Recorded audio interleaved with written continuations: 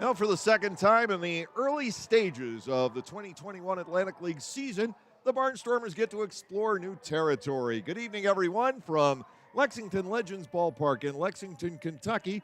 The Barnstormers take on one of the newcomers in the Southern Division of the Atlantic League, the Lexington Legends. The Barnstormers running into a ball club that has been the best team in the Atlantic League so far. In 2021, the Legends come in with a record of 13-6. There are some familiar names in the Lexington batting order, like DJ Peterson and Courtney Hawkins, who were most recently Sugarland Skeeters. We'll see Jordan Pacheco. He has been in the Atlantic League before. They've all been assembled here under P.J. Phillips and his brother Brandon Phillips, who's part owner of the ball club, and they have an outstanding team on the field. The Barnstormers will have their hands full, but they're going to have their hands full with a Barnstormers batting order that's produced 7 runs per game, or nearly 7 runs per game, the first 22 games of the season. Lexington, as I said, comes in 13-6 and operating out of first place in the Southern Division of the league. The Barnstormers have slipped now a game and a half behind the Long Island Ducks after dropping the last 2 at Fairfield Properties Ballpark over the weekend, and Lancaster now 11-11 on the season. Starting pitchers tonight for the Barnstormers will be left-hander Augie Silk. Silk, a 23-year-old who pitched just in rookie ball in the Kansas City Royals organization and a bit at Gateway in the Frontier League before joining the Barnstormers. He's had one really good start against Southern Maryland. The last time out was not quite as sharp against the heavy-hitting York lineup. He still got the Barnstormers into the 5th inning. His mound opponent tonight, also a left-hander, but one with a great deal more experience, former Boston Red Sox southpaw Henry Owens on the hill tonight for the Legends. He is 1-0 on the season. Taking a look at the starting lineup tonight for the Barnstormers, Caleb Gindel is in right field. Melvin Mercedes will bat second. He is at second base. The first baseman hitting third is Blake Galen. Trayvon Robinson in left field batting cleanup. The center fielder hitting 5th is Alejandro De Asa. It will be Blake Allemond at third base hitting 6th. Kelly Dugan will be playing the designated hitter role early in the game tonight anyway and batting 7th. Anderson De La Rosa, the catcher, is hitting 8th. Clay Luis Rondon is the shortstop batting 9th. We will get to the Lexington lineup in a moment. Right now, we'll send you down for our national anthem. Is Steve Hess.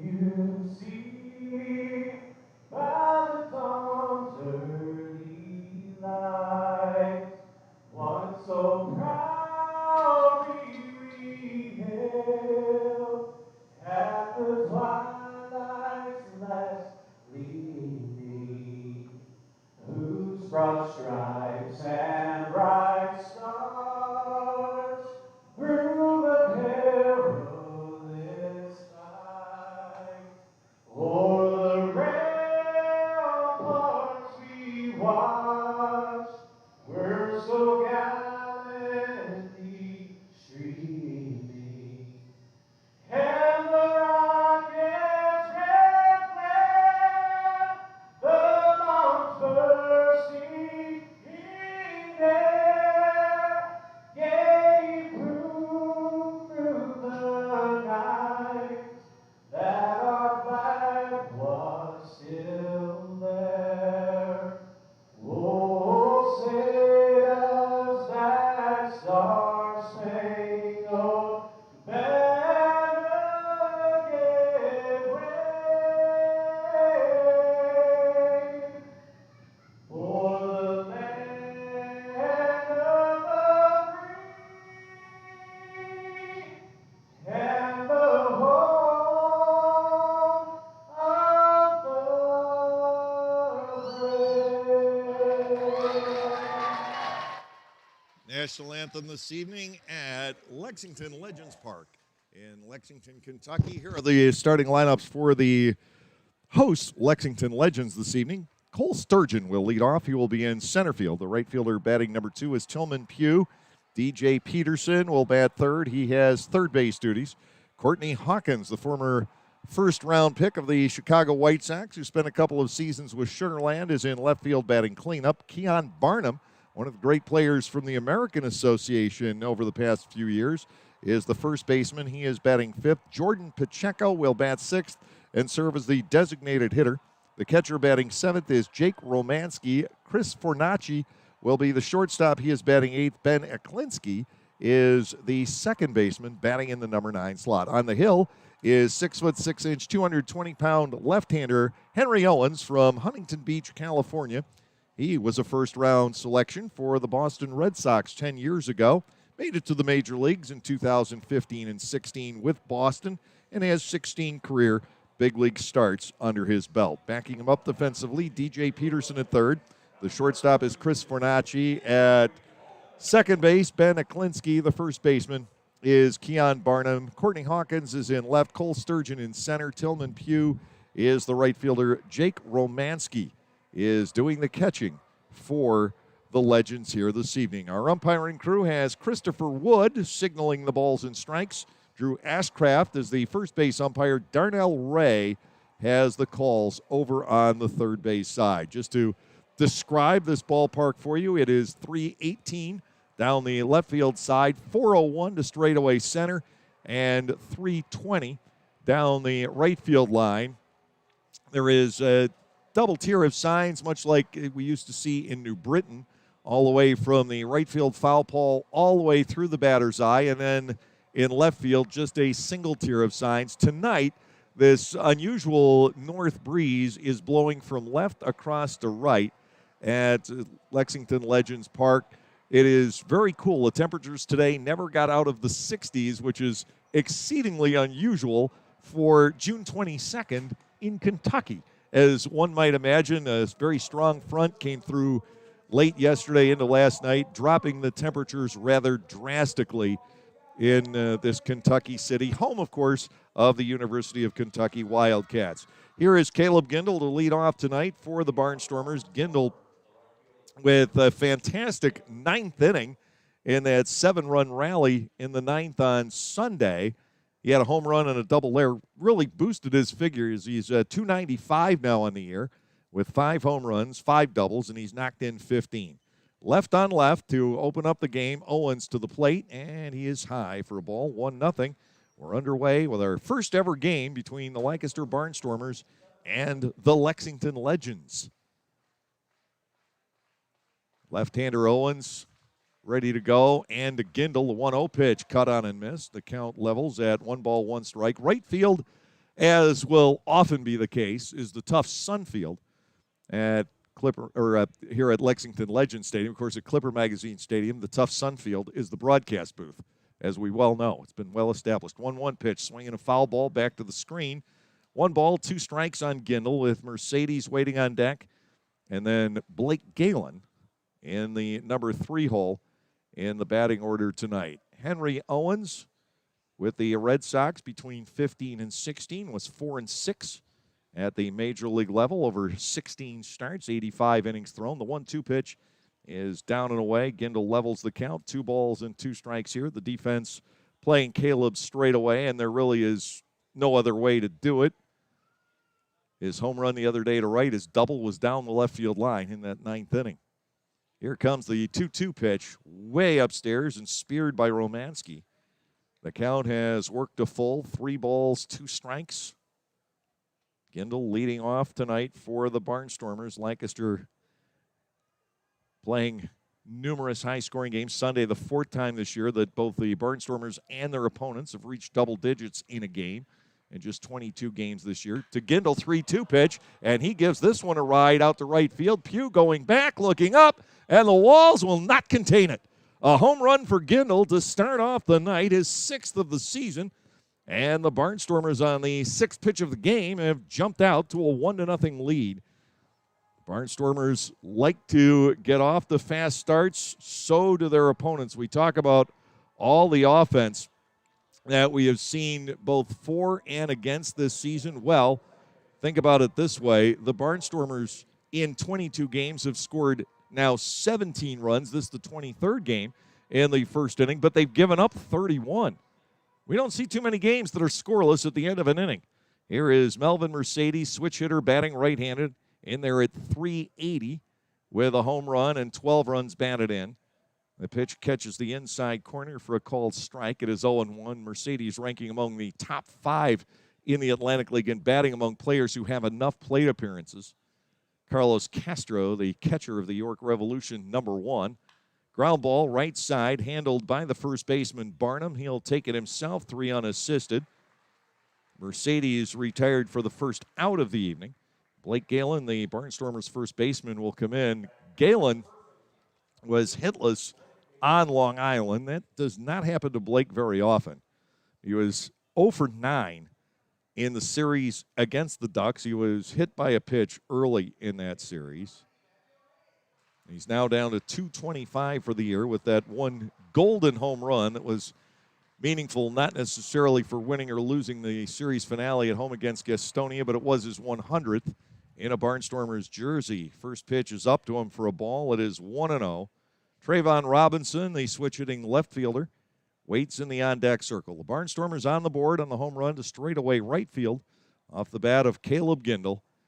The next offering to Galen. He has to turn out of the way. And it is ball 2 on Galen. Galen didn't even get a walk at Long Island, which, as you know, is highly unusual for him. He went through a stretch where he walked 16 times in 11 games just before that. The 2-0 pitch from Owens, cut on, popped up foul, backing out of play. 2 balls and a strike to Galen. Owens has thrown now 14 innings for Lexington. He's given up only 8 hits coming into tonight, 3 earned runs. He's walked 10, and he has struck out 20. The 1-0 record, along with a 193 earned run average. To Galen, 2 balls and a strike, and Blake fouls another one straight back over the stadium rooftop here in Lexington. And it is 2 balls and 2 strikes.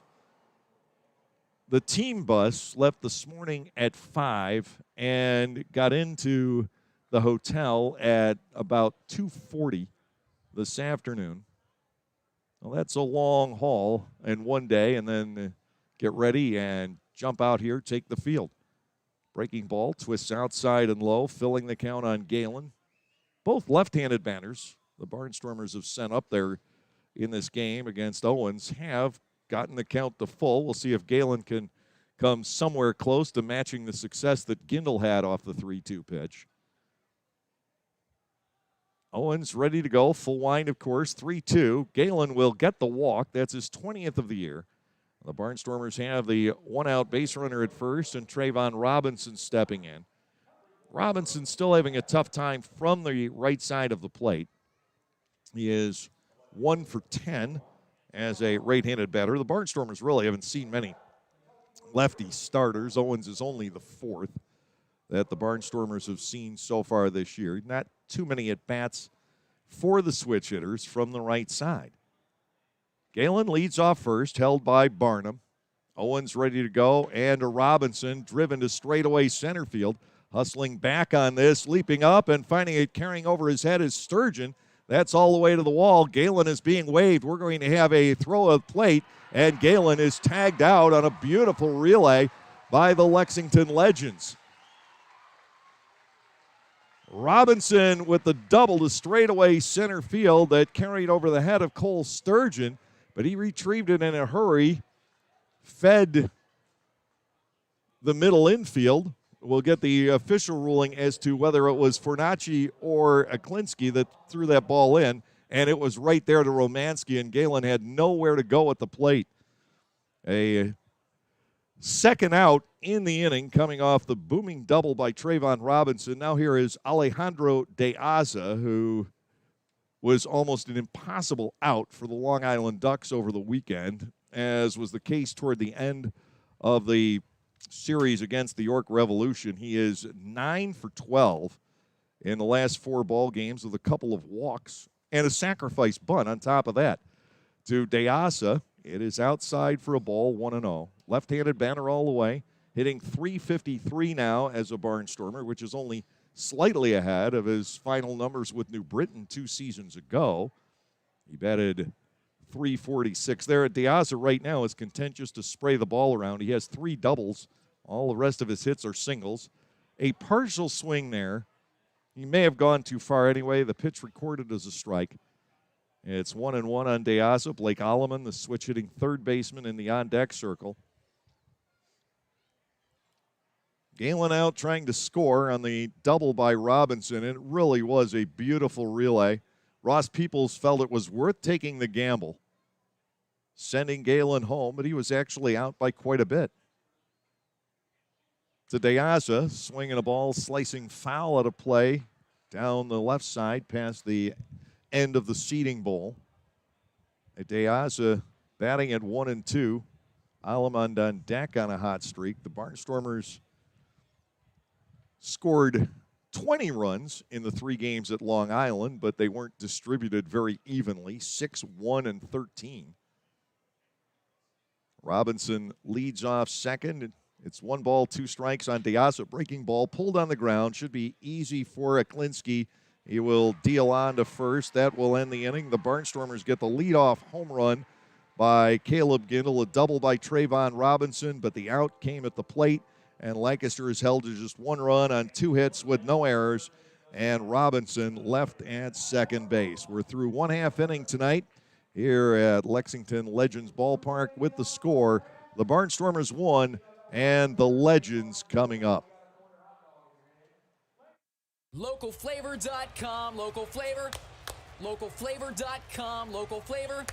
Excuse me, are you saying localflavor.com? Oh, yeah, it's where I save big bucks on all kinds of things. Home improvement projects, dining out, family fun, electronics, jewelry, clothing. I even bought my wife a fancy spa package for half price. Half price? Yep, you know all the deals you find in Clipper Magazine. I love Clipper Magazine. Well, they're all on localflavor.com too. And you can get them right on your phone thanks to localflavor.com's mobile app. Here, take a look. Well, this app is amazing. Look at all these restaurants, amusement parks, car washes, fitness centers. This is worth sharing about. Exactly. Localflavor.com online, the Local Flavor mobile app, and Clipper Magazine together. It's like a triple play. Do the cheer again. I'm in. Localflavor.com, local flavor. Come on, everybody! Localflavor.com, local flavor. Localflavor.com, local flavor.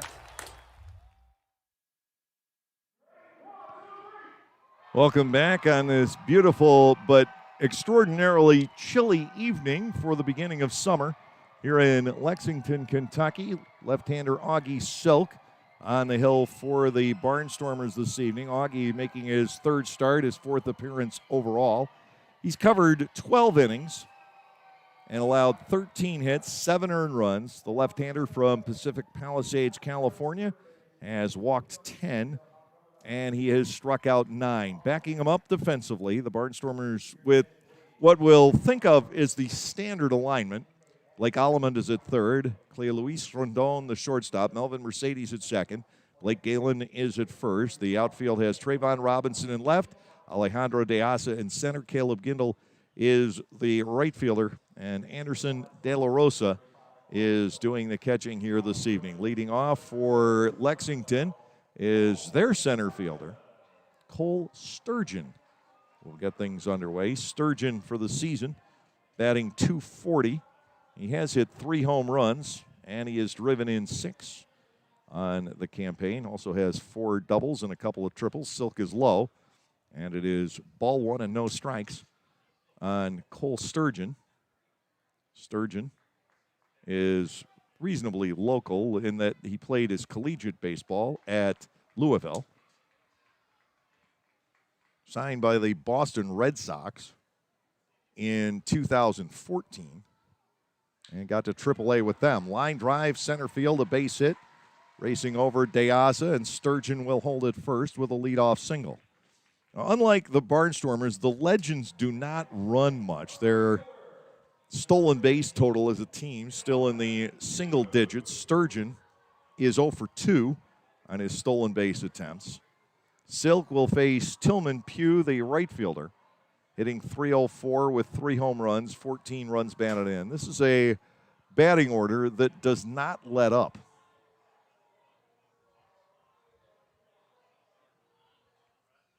Lexington averaging that same roughly 7 runs a game as the Barnstormers. Infield sets double play depth. Silk finds the inside corner to Pugh. It is 0-1. Tillman Pugh, mostly an outfielder, but he can move in and play the infield. Signed with the New York Mets back in 2010. He's been bouncing around the Major League Partner Leagues, as they are now referred to, formerly known as Independent Leagues, since 2013. Spent a lot of time with the Gary South Shore Railcats in the American Association. Back comes Silk, and that's slapped on the right side for a base hit. Parking at second is Sturgeon. Not trying to get greedy and gain an extra base here in the first inning. They will let their bats do the work. DJ Peterson, the third baseman, checks in. 271 for Peterson with a couple of home runs, and he has driven in 10.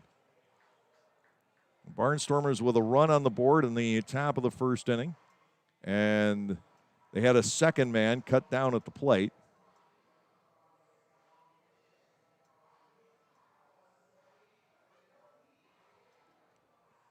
Peterson mostly played first base in the outfield with the Skeeters in 2019 when he was there for 37 ball games. First pitch from Silk misses, and it's ball 1 and no strikes.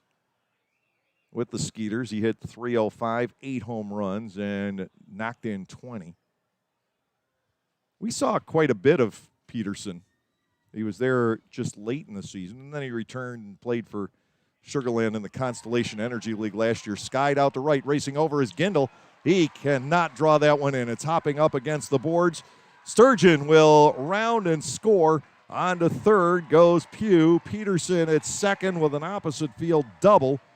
Lexington jumps on Augie Silk early, 3 straight hits here in the first inning. Runners at second and third, nobody out. And Courtney Hawkins will come to the plate. Hawkins, a right-handed slugger, 7 home runs for him on the season to go along with a .286 batting average. He has driven in 19 for the year. And certainly those of us who are Atlantic League veterans know how much damage Hawkins can do. He nearly won the home run title in the Atlantic League. First pitch misses for a ball. It was outside, 1-0. Or he was well on his way. I should say he didn't almost win the title, but he was, in 2018, he was right among the league leaders when he got signed. High pop fly to right field. Again, tough sun field. Gindel is there. He will make the catch. Tagging off third is Pugh. Here comes the throw. We've got another play at the plate and another out at the plate as Pugh is doubled up 9-2 by Caleb Gindel. So for Courtney Hawkins, just a sacrifice fly, and the double play retires Pugh at home. It leaves the Legends with the runner Peterson at second base, 2 outs, and Keon Barnum will step to the plate. And again, folks who have followed the partner leagues at length know the name Keon Barnum, but not necessarily from the Atlantic League. He's fairly new here, but with the Chicago Dogs in 2019, he hit 31 homers and drove in 90. First pitch is in too close, ball 1, 1-0. It's 1-1 here in the bottom of the first inning, each side absorbing an out at the plate, or we would have a much higher scoring game in the works. Swinging a foul ball back by the lefty batting Barnum. And against southpaw Augie Silk. Just 23 years of age. He turned 23, did Silk, on his last start at York 5 days ago. 2 outs, runner at second base. Silk's pitch dealt to the outside corner, and he has the count in his favor. Barnum had been with the White Sox, and he had gotten to Double-A. It's 16 home runs for Birmingham in 17. Now, pop fly, first base side. Galen is over. Looking into the seats, and it's about 4 rows in. Still 1 ball and 2 strikes. The count on Barnum. He returned to Birmingham in 2018, hit 15 more home runs.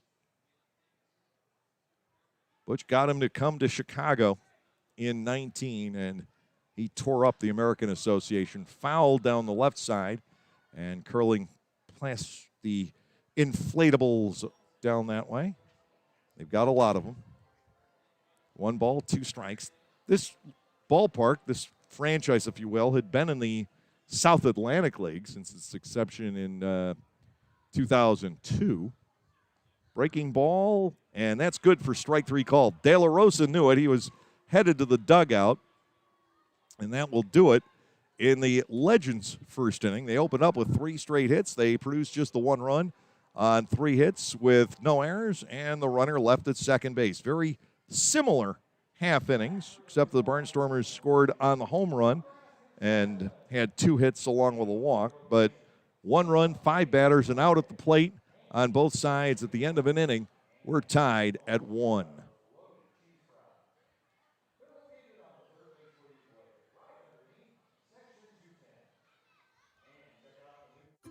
At Clipper Magazine Stadium, we have hot dogs and popcorn, peanuts, soda, and nachos. But what if, say, you are only 3 months old and mom wants to have a night out and watch the Barnstormers? Well, thanks to May Grant Obstetrics and Gynecology, the littlest of Stormer fans now have a place to go for dinner during the game. Tots can take mom to the Little Sluggers dugout behind Section 13 at the stadium for a comfortable private feeding experience. A brightly painted room with comfortable furniture and TVs tuned to the game, it is the perfect spot for baby and mom during a night at the ballpark. I'm an aficionado. I'm a sneakerhead. I'm a foodie. Gamer. I'm a gym rat. There are many names for enthusiast, A fashionista. but there's only one way to become one. By going all in. The Lexus IS Sports Sedan is our obsession. Relentlessly engineered and designed to be the most responsive IS ever. It's what we call going all in on the sports sedan. The Lexus IS. See Bobby Rahal Lexus in Mechanicsburg or Lancaster County.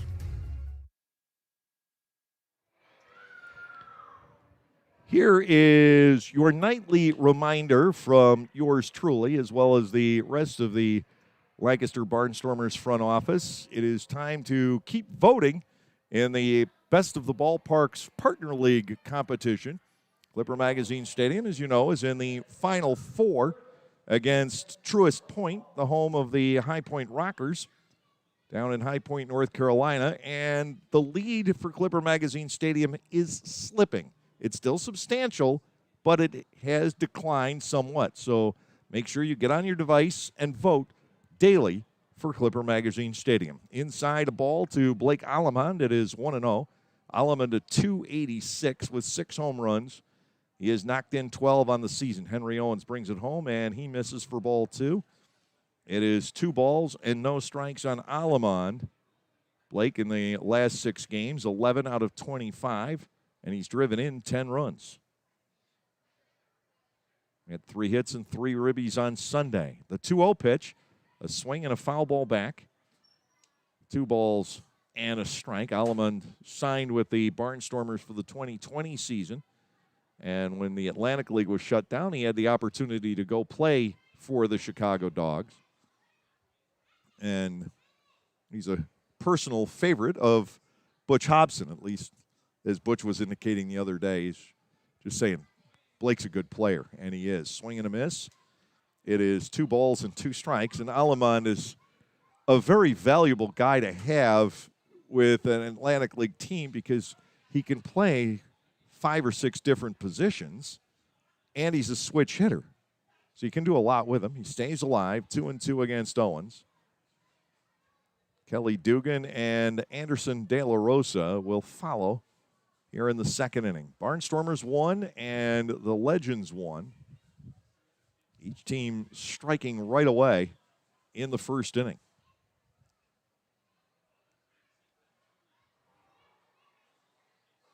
Allemond back in at 2-2 against Owens.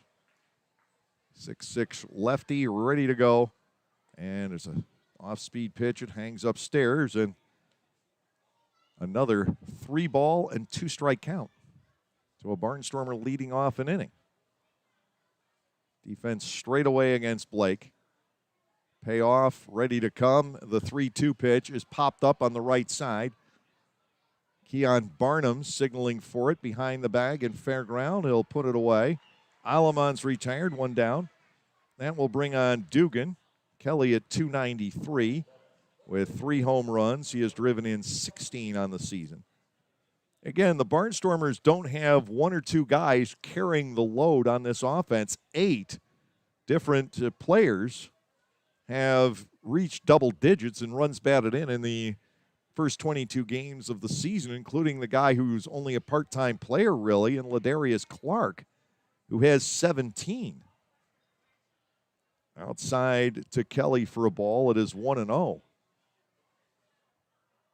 It's amazing that Ladarius leads this ball club in runs batted in with only 48 at-bats in our 22 games. But, boy, when he comes up big, he really comes up big. The 3-run pinch hit double in the 8th inning at Long Island on Friday, the prime example. 2 balls, 1 strike to Kelly Dugan with 1 out here in the second. Kelly looks at ball 3. Owens has gone to ball 3 quite often, but only ball 4 once. He put Galen on back in the first inning. Galen was thrown out attempting to score on the double by Trayvon Robinson. Here's the motion to Dugan. He gets ball 4 now. That is up and in.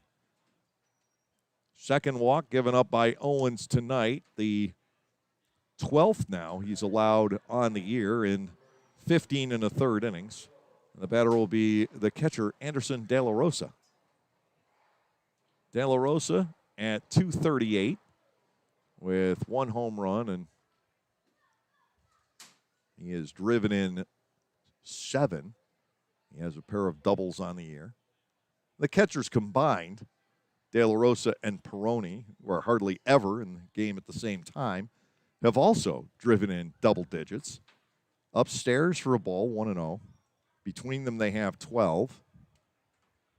But really, it's up and down through the batting order, except for De Aza. De Aza joined us a week and a half into the season, and he's only driven in 5. It gets the corner to De La Rosa. The count is 1-1.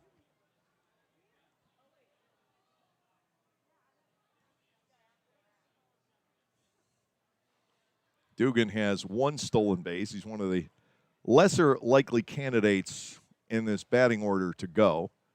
You know how much Ross Peoples loves to run.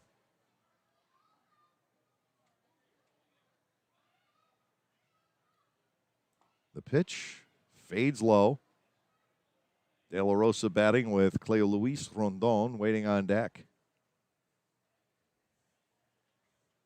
The out, by the way, on Galen in the first inning, if you're keeping your scorebook very closely, was 8-4-2, which is what I had thought. Inside and low, De La Rosa has to quickly step out of the way. Infield set, double play depth for Lexington. Dugan the runner at first with 1 out, tie score 1-1 with play in the top half of the second inning. Home run for Gendel, double for Robinson on the Barnstormers side. There goes Dugan. The pitch to De La Rosa is ball 4, and the Barnstormers have back-to-back walks and runners at first and second here in the second inning for Cleo Luis Rondon. The shortstop stepping in for the Barnstormers. Just 1 for 13 against left-handed pitching. Looking to come through here. Gendel waits on deck. We mentioned how much turning around to begin switch hitting has benefited Rondon, as he's a 268 hitter from the left side of the plate. Overall, 208 with a home run, and he's driven in 10. The pitch to him is a tad inside for a ball, 1-0. Dugan at second, De La Rosa at first, so the Barnstormers are not likely to be up to anything daring on the bases with this combination. Rondon, it's a towering pop-up straight back and No play at all for Romanski. May have detected the thud on the stadium rooftop. 1 ball, 1 strike on Rondon. Kindle waiting on deck. Caleb's last 3 plate appearances have produced 10 total bases. That's some production. And 5 ribbies. Rondon takes a strike to the inside corner. And Owens has the edge. Dugan at second, De La Rosa at first, both aboard on walks. The Barnstormers looking for a big base hit right now out of the number 9 slot in the order. The set and the pitch inside low and almost got Rondon. He was able to get out of the way, and that might be fortunate for Lexington at this point. Clay Luis Rondon, a native of Venezuela, living now in the Sunshine State of Florida.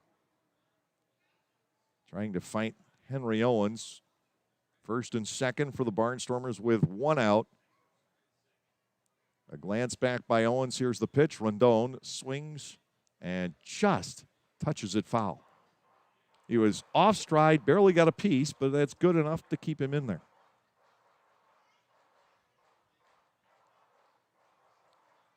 Lexington officially was announced as a member of the Atlantic League back in February. 2 of 3 new franchises in the league this year, 2 more scheduled for next year, and possibly 2 more in 2023. Ground ball to third, the backhanded play by Peterson, steps to the bag, deals across the diamond. Rondon grounds into the double play. That's just what Owens was looking for. No runs, no hits, no errors, 1 man left on base. The Barnstormers unable to take advantage of the consecutive walks issued by Owens here in the second inning. We're through 1.5 tonight from Lexington Legends Park with the score Lancaster 1 and Lexington 1. New to Clipper Magazine Stadium in 2021 is Otto's Hospitality. Otto's is totally committed to the fan experience, from quality to convenience to safety. And they are committed to Lancaster, using local food purveyors whenever possible. New menu items like homemade Brauhaus pretzels, Black Angus burgers, and Otto's meatballs are sure to make any Barnstormers game even more fun. Use self-ordering kiosks or your phone instead of waiting in the lines. That's Otto's Hospitality. Pennsylvanians are creating their own soundtrack. Thanks to PA Lottery Scratch-Offs, excitement's back. Pennies, nickels, dimes, or quarters, no matter your choice, scratching's always in order. With big top prizes and second chance drawings, thrills await. They're out there calling. If it's excitement you seek and you're looking for action, play the PA Lottery. And keep on scratching. Must be 18 or older. Please play responsibly. Benefits older Pennsylvanians every day.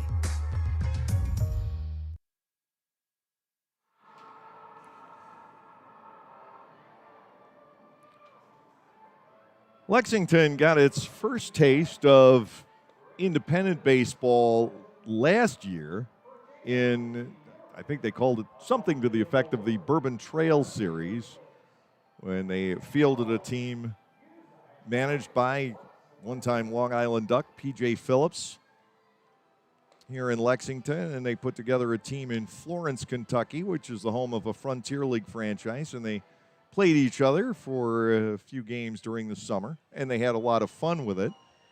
So in Major League Baseball, for I can only think geographical reasons more than anything else, decided to let go of what's really a nice ballpark here. There's nothing wrong with the facility.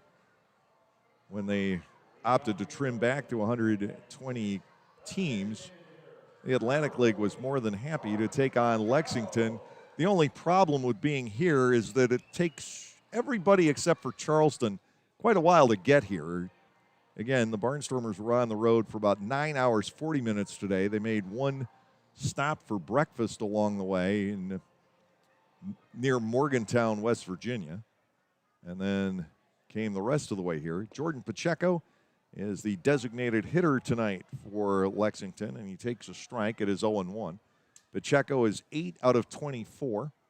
He has 1 home run, and he has driven in 4 on the campaign. Again, another guy from elsewhere in the Atlantic League. Crowded by Silk.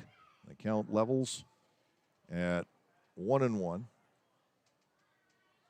Pacheco with some significant major league time. Colorado and Arizona, a little bit with Cincinnati. There's the ticket, Cincinnati. Into the dirt. It's almost like they've got a farm team for former Cincinnati Reds here in Lexington with the ties to the Phillips family. Of course, Brandon Phillips, the longtime second baseman for the Reds, and he's bringing his buddies here with him in a lot of cases. To Pacheco, high, and Augie Silk in some trouble with the leadoff batter in the second inning. It is now 3-1 to Jordan Pacheco. Again, no stranger to the Atlantic League. The pitch fouled to the screen on a hefty swing. Pacheco, a catcher by trade. He can also play the corners in the infield, but in the lineup tonight is the designated hitter. He played for Long Island in 2017 for 42 games, hit .273 with the Ducks. Foul ball back, still 3-2 between Silk and Pacheco. Full count rides here in the bottom of the second in a 1-1 ball game. Pacheco played at the University of New Mexico. Came out in 2007. Barnstormers at one point had a slew of guys from UNM. High fly ball, right field. Caleb Gindel is over, and he'll make the grab. That's the second putout for Gindel so far tonight. One away. Catcher Jake Romansky will step in. We had Scott Gracie. We had Brian Cavazos Galvez. We had Edwin Carl, all University of New Mexico products, all at the same time. And Pacheco may have predated them, but only slightly. Here is Romansky, right-handed hitter. They don't have a switch hitter in the batting order tonight for the Legends, which is a foreign concept as far as the Barnstormers are concerned. Lancaster likes to corner the market on the switch hitters. Strike to the inside edge. It's now 1-1 on Jake Romansky. And he's another guy with ties to the Boston Red Sox organization. Got as high as AAA Pawtucket there. Played in that Constellation Energy League last year down in Sugar Land.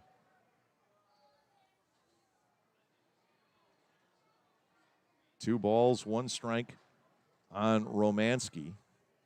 He didn't stay at Pawtucket terribly long either time he got there. That's lined into right field. Here comes Gindel. He's got to take it on a hop. A one-out base runner, the fourth hit for the Legends in the game. And Chris Fornacci, the shortstop, will come to the plate. Fornacci is 6 out of 31. He has a double, a triple, and he's knocked in 5. I would imagine that this could be a very good triples ballpark. Maybe not quite to the extent of Sugar Land. If you got the ball down into the corner or in the gap in right center field, it was almost automatic. If you had any kind of speed, high and wide to Fornacci, it is ball 1-0. 1-1 ball game, bottom of the second inning, 1 out, 1 on for Lexington. The Legends have out hit the Barnstormers 4-2. The pitch, and Silk misses inside.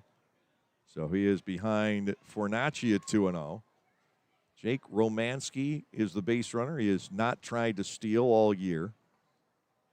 If you don't run a lot, you don't necessarily want to test Anderson De La Rosa, one of the best in the Atlantic League at throwing guys out. Foul ball back on Fornacci.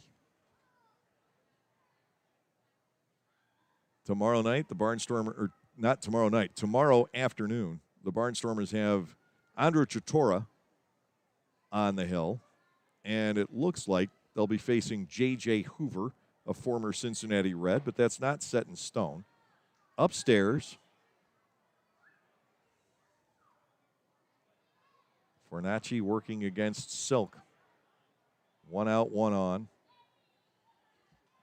De La Rosa has thrown out 3 trying to steal this year. Not that many have gone on him, 7 total. Silk will throw to first base. That was tough for Galen to handle. It came right out of the setting sun on Blake. And you may have seen him flinch.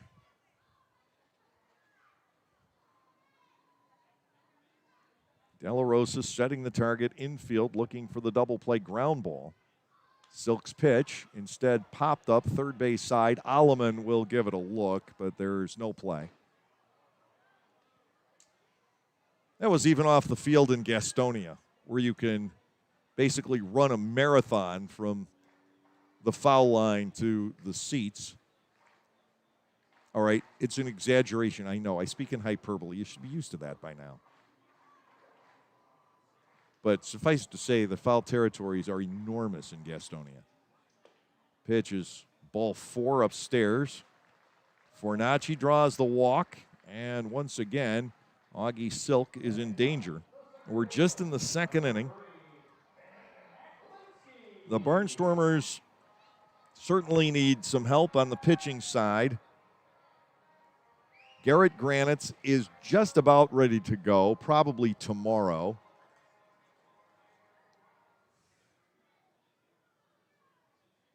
Scott Schumann, I am told, shouldn't throw for another day or two. Tommy Shirley is out. R.J. Peace is out. Fastball is inside to Ben Aklinski.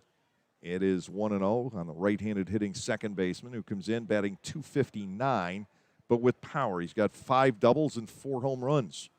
He got off, as I remember, to a terrific start for the Legends. He's cooled off some at the plate since, but a big chance for him here. Romanski at second, Fornacci at first.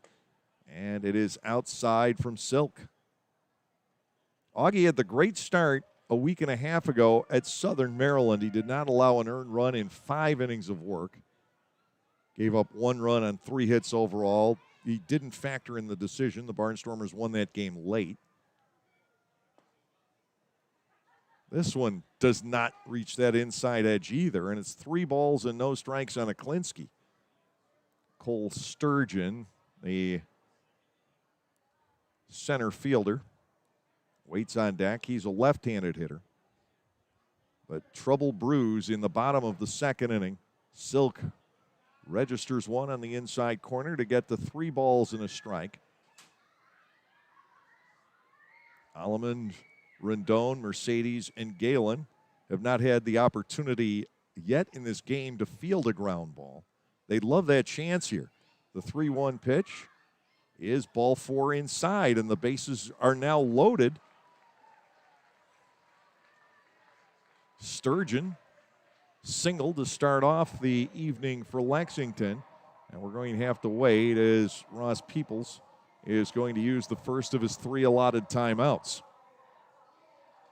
He's going to gather the infielders around him, but mostly trying to settle down Silk and get him to throw strikes. Jared Lakin is still out. No word on his return. Tommy Shirley is at least 1 more week. Shirley and Peace did not make this trip.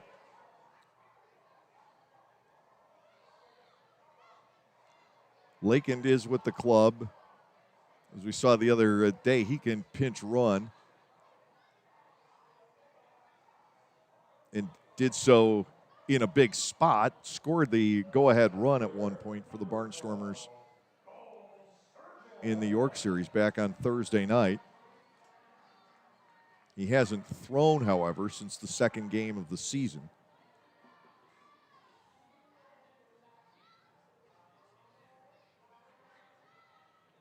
And this, of course, is all on top of the 6 pitchers that have gone on to major league organizations. First delivery to the southpaw hitting Sturgeon is a strike. It is 0-1. Romanski at third, Fornacci at second. Aklinski is at first base.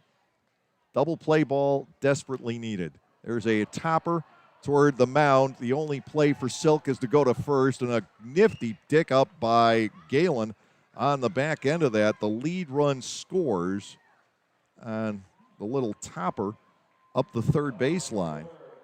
Silk, being left-handed, had no throw to the plate on that. Romanski able to score. The others move up a base. Lexington takes a lead for the first time tonight. It is 2-1 here in the bottom of the second. Tillman Pugh comes to the plate. Pugh a single to right field back in the first inning. He was later doubled up at the plate on a great throw by Caleb Gindel. Gindel's had a heck of a night so far. An outfield assist and a home run. Swing and a miss. Tillman Pugh down a strike. It is 0-1. Both sides have had opportunities. Lexington a little bit more so. But neither club has been able to come up with that killer multi-run base hit as of yet. To Pugh 0-1 and now 0-2 with a swing and a miss. Silk has the opportunity to get out of this inning without a lot of harm done. Barnstormers don't want to see any more of those disastrous 9-run innings like Long Island had in the bottom half of the fifth on Sunday. 50-some-odd pitches, 2 pitching changes, and a Pugh foul ball just over my head. Note to self, be on the alert. One could get in here. Tillman Pugh continuing to bat, no balls and 2 strikes. There was one, I think it was off the bat of Gindel, that will come as close as one ever will at Long Island the other day. Fly ball, right field. Shielding his eyes from the sun is Gindel, and Caleb will secure it. He has 3 putouts and 1 assist already in this game. It's another run-scoring inning for Lexington, though. 1 run, 1 hit, a couple of walks, no errors. The Legends strand 2 in scoring position, and at the end of 2 tonight, now Lexington 2 and Lancaster 1.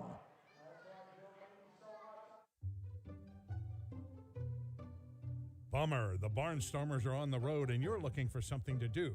Clipper Magazine Stadium still has the answer for family fun. The summer movie series returns, presented by Lidl Supermarkets on selected nights throughout the summer season. Bring the kids out to the ballpark for family-friendly movies. For just $6.50 per person, you get to sit on the outfield grass and enjoy a film on the big screen in left center field. Showtime is 7 p.m. For more information and movie listings, go to LancasterBarnstormers.com and click on the events page. There are those who say, leave well enough alone. If it isn't broken, don't fix it. You don't mess with success. While others have something quite different to say.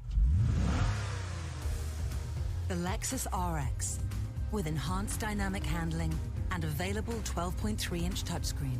It's the best-selling luxury crossover of all time. Reinvented.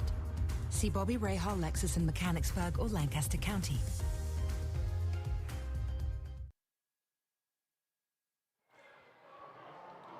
You spent 20 months or so waiting for Barnstormers baseball. It was, 628 days between home games.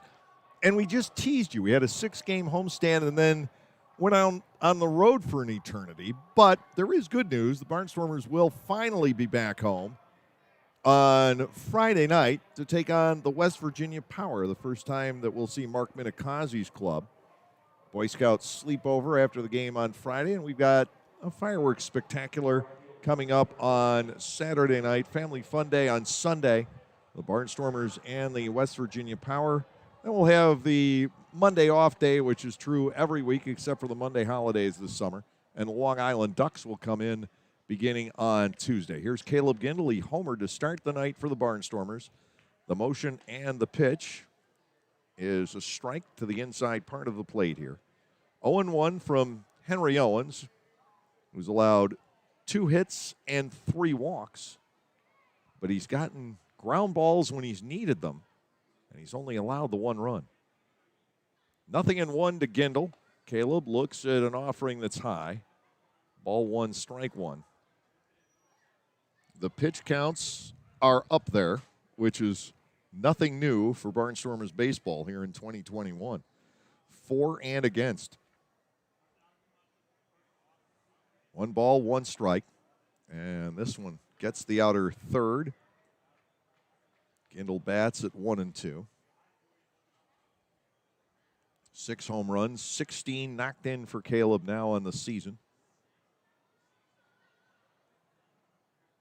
The set by Owens, the 1-2 pitch is up again. Ball 2 and 2 strikes. The Barnstormers' pure left-handed batters. Gindel has homered. Galen and Dugan have walked. He's only retired De Asa, of all people. Got Alejandro to ground out the second, closing the Barnstormers' half of the first inning. Caleb Gindel at 2 balls, 2 strikes. Time called, and the one-time Brewer backs out of the box.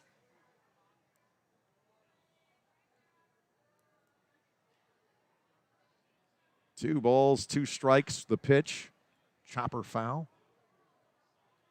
Jared Lakin at the moment coaching first for the Barnstormers. Ross Peoples is over at third. Gindel batting with Mercedes on deck. Galen in the hole. Just getting the third inning underway tonight here in Lexington. Here's the motion, 2-2. Gindel waves at it and pops this up. This will be a very easy play for the second baseman at Klinsky. Gindel is out 4 on the pop-up, 1 away. Mercedes to the plate. Melvin grounded out to the first baseman Barnum back in the opening inning. Mercedes has started every game but 1. He has reached base in every game but 1 of those. And he's hit safely in every one but 2 of those.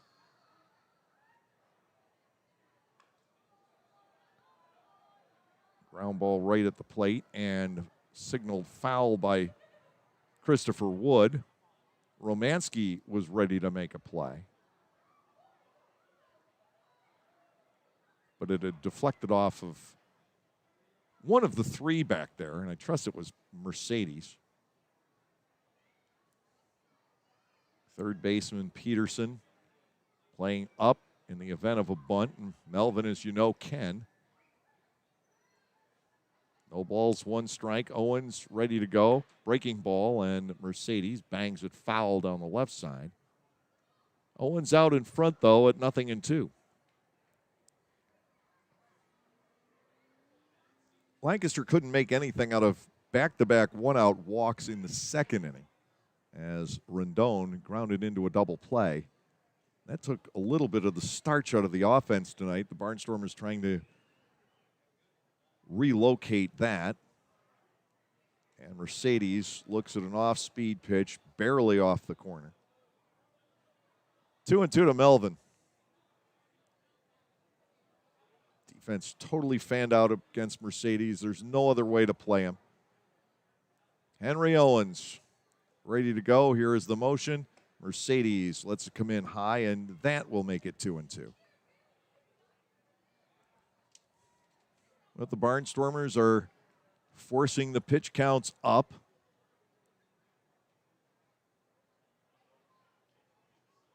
Owens into his motion, the 2-2 pitch. That is off his foot, foul.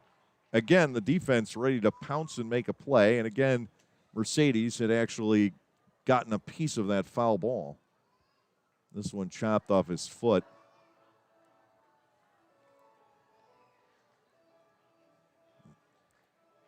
Melvin sticks around with a deep count. Owens has already thrown into the 50s, and we're 1 batter into the third inning. This is the second batter. Ready to go once again, 2-2. Mercedes looks at ball 3. Of course, part of it is, if you look at the top 3 in the Barnstormers batting order, Gindel, Mercedes, and Galen, you've got 2 guys at 5'8" and 1 at 5'6". So you don't have a huge strike zone. Here is the delivery, and Mercedes will chuck the bat away. He has earned that walk. 4th given up by Owens, 1 out, 1 on. Blake Galen will come to the plate. Galen with a walk back in the first inning. Mercedes still only has that one blemish on his record this year. The first game of the Saturday doubleheader at Southern Maryland, the only time he has failed to reach base in now his 22 starts. Galen digs in with 1 out, 1 on. Owens is going to have to keep an eye on the runner. Mercedes is 6 out of 7 for the season. Blake Galen looks at a strike. It is 0-1. Barnstormers trailing 2-1 here in the top of the third inning. They've drawn 4 walks already from Henry Owens. Can they capitalize on this one? The pitch cut on and missed. Galen trails now, no balls and 2 strikes. Galen thrown out at the plate after walking back in the first inning.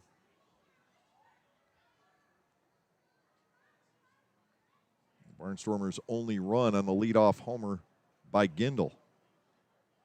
Quick throw to first, and Owens has a good move, but Barnum couldn't handle that toss.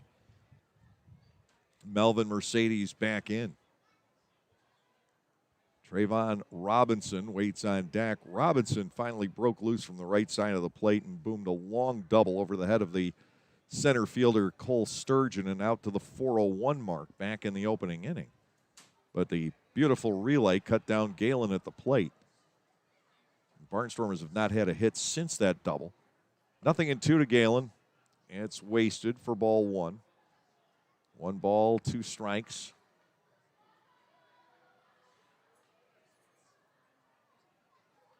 Will be over an hour at the end of 3 innings in this one, and that is standard. Galen batting 1 and 2. Mercedes looks poised and ready to go. Not taking off, and ball 2 is outside, 2-2.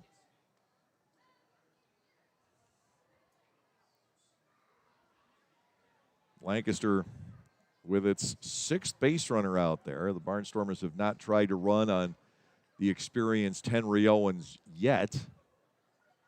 Mercedes has a decent-sized lead as Barnum holds them, and there's the move again. Melvin scrambles back. That is not the number 1 move of Henry Owens. Ball wasn't thrown hard enough over there. That was a lull the runner to sleep move.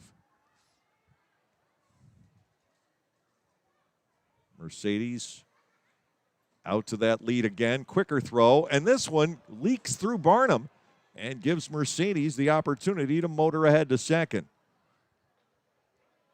An error will be charged on the play. The Barnstormers get the runner to scoring position. And the Barnstormers' running game not only will gain bases by stealing, but it will occasionally force an error like that. How many times did Darian Sanford do it over the previous 3 seasons? And now it is Mercedes getting the bad pickoff throw. The Barnstormers with the tying run now at second base. 2 balls, 2 strikes on Galen. Here is the pitch. Blake swings and misses, so he is gone on strikes. And it's now up to Trayvon Robinson. First strikeout for Henry Owens. Robinson is coming in. The Barnstormers tonight 0 for 3 with runners in scoring position at this point in the game. And Lexington is 1 for 5 with runners in scoring position. The error was charged to the pitcher Owens, as one would expect. Now here is Robinson with Mercedes at second and 2 outs. The pitch to Trayvon is good for a strike at the knees on the inside corner. It is 0-1. The Barnstormers looking to make up the 1-run deficit, given an opportunity with a walk and a bad pickoff throw here in the 3rd inning. Lancaster at one point was 5-2 on this extended road trip, now 5-4 after losing back-to-back games at Long Island. Here's the delivery to Robinson, 0-1. That is looped foul up toward the rooftop on the first base side. Owens in control at no balls and 2 strikes. The Barnstormers have done their job on the road this year. They're 9-7 coming in here to Lexington. They need to be able to win at Clipper Magazine Stadium, and with this lineup, you would think that wouldn't be an issue, and they certainly scored a lot of runs on that opening homestand, but they gave up double figures every single night of the 6 at Clipper Magazine Stadium and went 2-4. To Robinson, low, smothered by Romanski. Mercedes forced to stay in place. 2 balls, 2 strikes, 2-1 in favor of Lexington here in the 3rd inning. The Legends will have Peterson, Hawkins, and Barnum, 3, 4, and 5 in the batting order, scheduled when they step in the bottom half of this inning. Robinson trying to stir something up with 2 outs here. Owens has the advantage in the count, 1 ball, 2 strikes. A look back at Mercedes and the delivery. Trayvon knocks another foul out of play. Gindel, Mercedes, Galen, Robinson. And you can look at others, but certainly the top 4 in this batting order are masters of going deep into the count. And it's part of the reason the games go as long as they do. The struggle of the pitching staff is the other part of the formula. To Robinson, swing and a miss at a breaking ball. He goes down. Trayvon Robinson strikes out. Back-to-back Ks for Henry Owens. No runs, no hits, 1 error, and 1 runner left on base. We're in the middle of the 3rd in Lexington. The Legends leading the Barnstormers by the score of 2-1.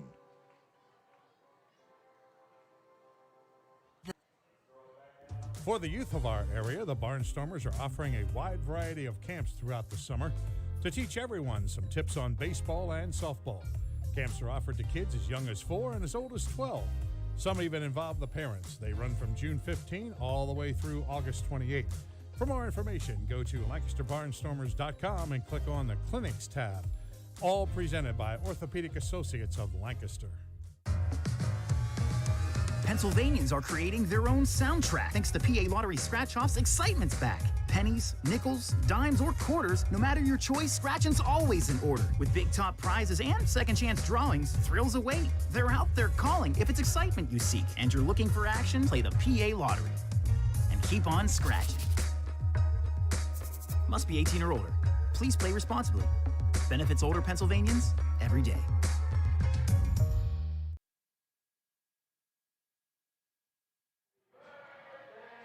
First time ever from Lexington, Kentucky, Barnstormers baseball coming your way. Brought to you by Gockenauer Appliances of East Petersburg. Trying to work out the details for an Adam Gockenauer guest appearance on our broadcast later on this year. Typically, things go well for the Barnstormers when Adam is in the booth with us. We'll have the return of Blue Ridge 11 telecasts starting this Sunday for the 3rd game of the series against the West Virginia Power. DJ Peterson leads off the 3rd for the Legends, facing Augie Silk for the 2nd time. Peterson doubled over the head of Caleb Gindel, driving in the run of the 1st inning for Lexington. The motion and the pitch, it sails outside, ball 1, no strikes. Silk and Owens both have had some trouble tonight managing the strike zone. Ball 2 is inside and low, 2-0. Between them, 6 walks and 3 strikeouts.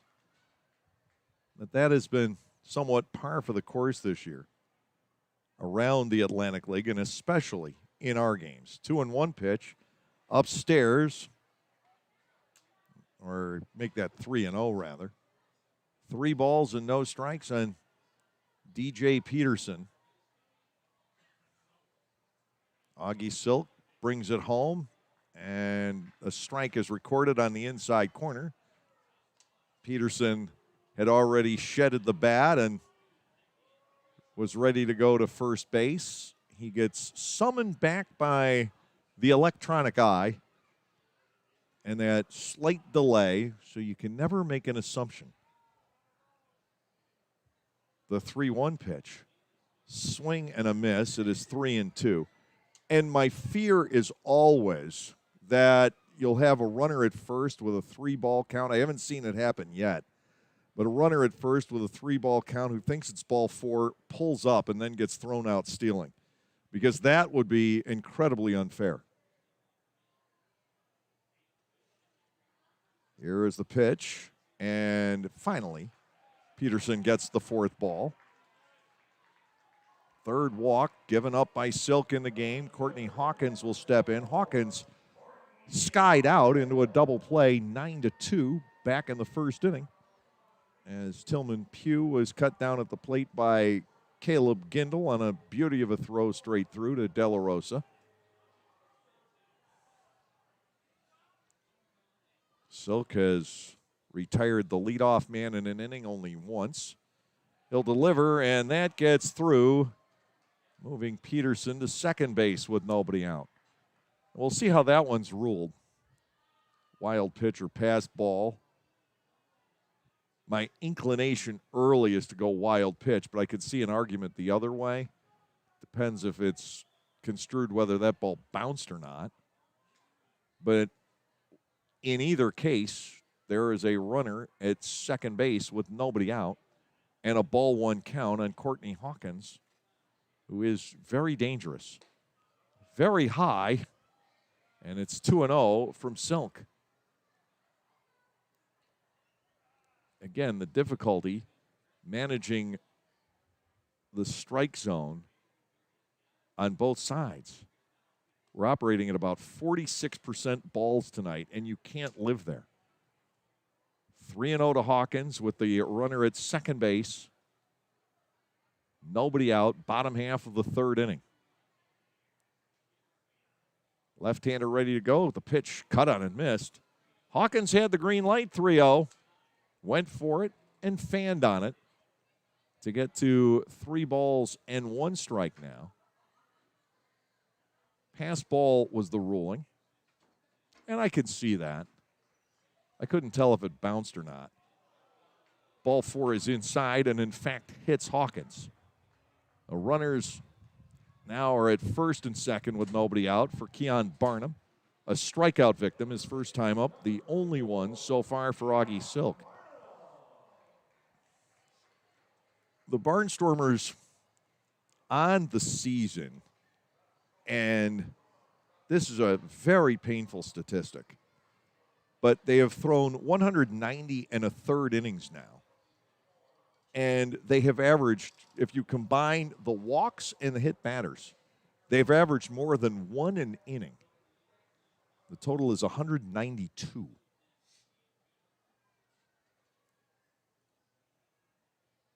Peterson off second, Hawkins off first with nobody out, and to Barnum. That misses the top of the zone, and it's ball 1, no strikes. Ross Peoples has already used 1 timeout here tonight. He really can't afford to take another at this point. Fastball, that doesn't get the outside edge. Ball 2 and no strikes. And there's just seemingly no let-up when it comes to the number of thrown balls that we're seeing, and it cuts both ways. That's 3-0 on Barnum, and Silk is 1 pitch away from loading the bases without the Legends having to swing the bat. And it's happened so often this year that it's just scary, and he does it. Ball 4 is outside and low. And it's not just Augie, it's virtually everybody. They're loaded for Jordan Pacheco, who flied out to right field his first time up. Between these two pitchers right now, out of 123 pitches thrown, 60 have been called balls. And that's just way, way, way too high of a rate.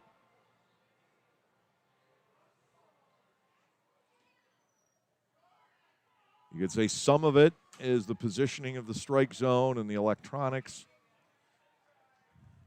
but it's only one of the factors. Ball missing high on Pacheco. It is 1-0. And the Barnstormers are in that situation. They can ill afford to get anybody throwing in the bullpen. Silk has got to figure a way out of this. It is 1-0 on Pacheco. The pitch cut on and lofted foul out of play for a 1-ball, 1-strike count. An infield pop-up would be a nice part of the formula to get out of the inning. There was a situation on Saturday night at Long Island where Yoel Espinal almost pulled that off except for a pass ball that allowed 1 run to score and a would-be double play ball later on in the inning, which would have gotten Yoel out of the inning entirely unscratched, enabled a second run to come across the plate. Now the advantage in the count is to Pacheco. Silk has walked 4 and hit 1. That doesn't get the inside corner. He's missing in every direction, and in a lot of cases, not missing by a tremendous amount, but he cannot satisfy the system. Bases loaded with nobody out. Peterson's at third, Hawkins at second, Barnum the runner at first. The pitch sails to the backstop, and it will score a run because it's ball 4. Would have anyway. It forces a man home. Silk is lost, and Ross is going to use that second precious timeout. De La Rosa will go out as well. Augie Silk in this inning has walked 3. He has hit 1. He has thrown 20 pitches and missed the strike zone with 16 of them. That's an uncomfortable place to be if you're the 23-year-old. And again, just like the Barnstormers had to deal with in Long Island, you've got the matchup of these really young pitchers that Ross has in the stable who they've got talent, they've got arms, there is ability there, but they're young, they're inexperienced, they're raw, and then you put them up against a lineup like York has or Long Island has or this Lexington club has, and it can be a mismatch just from the experience level alone. Bases are loaded. It's now a 3-1 ball game. Here is Romanski, the catcher. He flared a single into right field his first time up. Silk ready to go. Romanski hits one off the wrist into foul ground. Sprinting across is Galen, making a nice catch while on the move. That is a very big first out for Augie Silk here in the 3rd inning. Bases loaded, 1 down. Fornacci, the shortstop, will come to the plate. And then you add in to the inexperienced pitchers facing these veteran hitters and good hitters, good players, guys who have been to the major leagues or AAA. And then you add a strike zone that isn't generous. And this is the result. These high-scoring games. Inside now, ball 1 on Fornacci. It is 1-0. Hawkins, the runner at third. Barnum at second. Pacheco aboard at first. He has the RBI in the inning. Lexington with the 3-1 lead.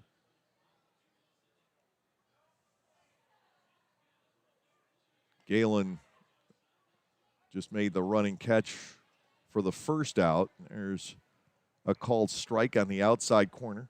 To Fornacci, it's 1-1. Not the most emphatic strike call I've ever seen from plate umpire Christopher Wood. Here is the offering. Check swing and a foul. That helps. Silk has an escape route here. The ground ball double play would be the perfect answer. But now with 1 out, he's ahead of Fornacci. So if he can get an out in the infield, there's the opportunity to get out of the inning, a comeback or anything of that sort, or a pop-up. Offering. Strike 3 helps too. On the inside corner, down looking is Fornacci. So Silk strikes out his second. The advice of Ross Peoples again paying off. Ben Aklinski, the second baseman, coming in. He drew a walk back in the second inning. Peoples, of course, was known from time to time when pitching for the Barnstormers, his first 10 seasons in Lancaster, to come in with the bases loaded, throw one pitch, and get the starter or previous reliever out of a jam with a double play. He did that on a number of occasions. Strike one to the inside corner on the right-handed batting second baseman. Silk comes back, up and away for a ball. It is 1-1. They're loaded, all on either walks or an HBP. One run already home, 2 outs. Here in the bottom of the third, swing and a miss. Silk works ahead of Aklinski, and a legitimate chance now to limit the Legends to just the one run here in the bottom of the third and keep the Barnstormers at least lurking. Left-hander motion pitch, and there's a high pop-up in the infield. So Silk has again limited the harm as Mercedes makes the catch, but it is another run on no base hits this time. No errors. 3 Legends are stranded on the base paths. We'll head to the 4th inning of baseball tonight here at Lexington Legends Park with the score. The Legends 3 and the Barnstormers 1. The Lexus NX is crafted to take on the modern adventure called life. Alexa, what's the quickest route home? With Amazon Alexa compatibility and the advanced Lexus safety system, the Lexus NX is modern utility for the modern world. Because modern obstacles require modern solutions. See Bobby Rahal Lexus in Mechanicsburg or Lancaster County. Amazon Alexa and all related logos are trademarks of Amazon.com Inc. or its affiliates. Not all Amazon Alexa functionality is available for in-vehicle use. Localflavor.com, local flavor. Localflavor.com, local flavor. Excuse me, are you saying localflavor.com? Oh, yeah, it's where I save big bucks on all kinds of things. Home improvement projects, dining out, family fun, electronics, jewelry, clothing. I even bought my wife a fancy spa package for half price. Half price? Yep, you know all the deals you find in Clipper Magazine. I love Clipper Magazine. Well, they're all on localflavor.com too. And you can get them right on your phone thanks to localflavor.com's mobile app. Here, take a look. Well, this app is amazing. Look at all these restaurants, amusement parks, car washes, fitness centers. This is worth sharing about. Exactly. Localflavor.com online, the Local Flavor mobile app, and Clipper Magazine together. It's like a triple play. Do the cheer again. I'm in. Localflavor.com, local flavor. Come on, everybody! Localflavor.com, local flavor. Localflavor.com, local flavor.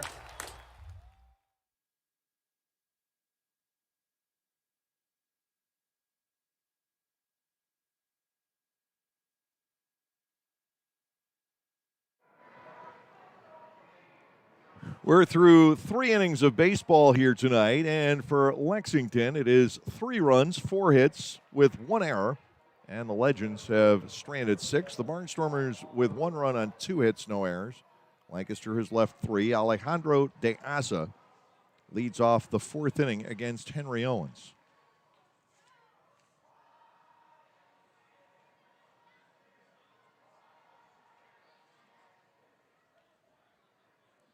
Lexington has 8 players with Major League time. The Barnstormers 4. The leader of the pack in that category is at the plate. Ball 1 on De Asa. 0 for 1 tonight for Alejandro.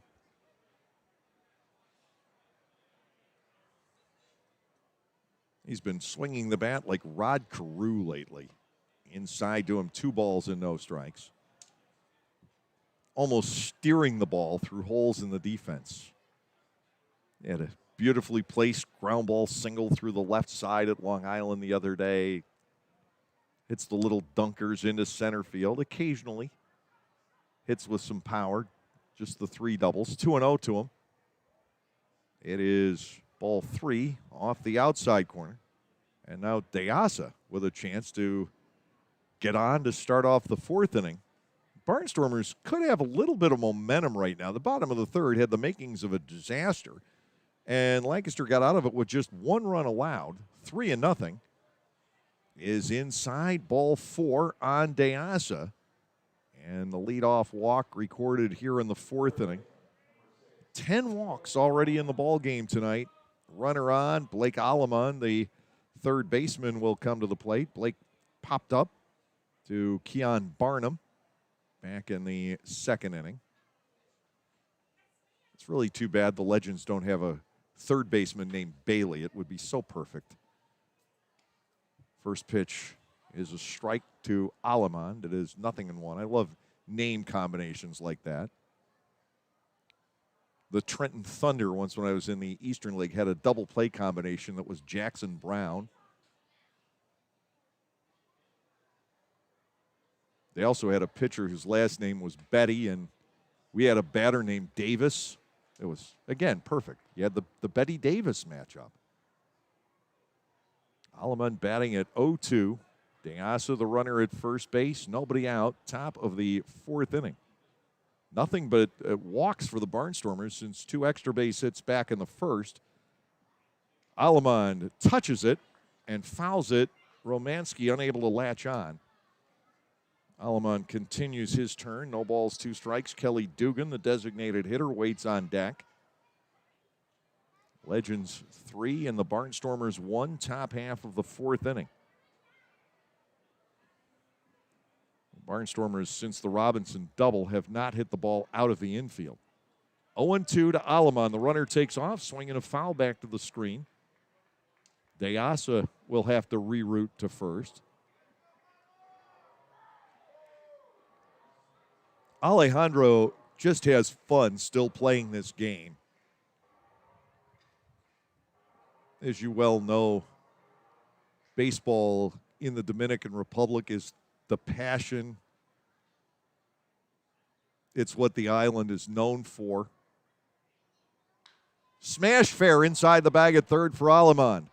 DeAsa will race around and be waved home as the ball eludes Hawkins out and left. Sprinting for third is Alleman. They throw in and can't tag him out. The Barnstormers get their 2nd run on the board on what will at least be a double for Blake Alleman. And then the ball kicked off the sidewall, much like you've seen in the older ballparks in the Atlantic League, and got away from Hawkins in left. It'll be a double for Alleman and then an error charged to Hawkins, allowing DeAsa to score and Alleman to take third. Kelly Dugan, the batter, he walked back in the 2nd inning. Runner at third base for the Barnstormers and nobody out in what is now a 3-2 game. Alleman with his 10th extra base hit of the season, and he's on some spree right now.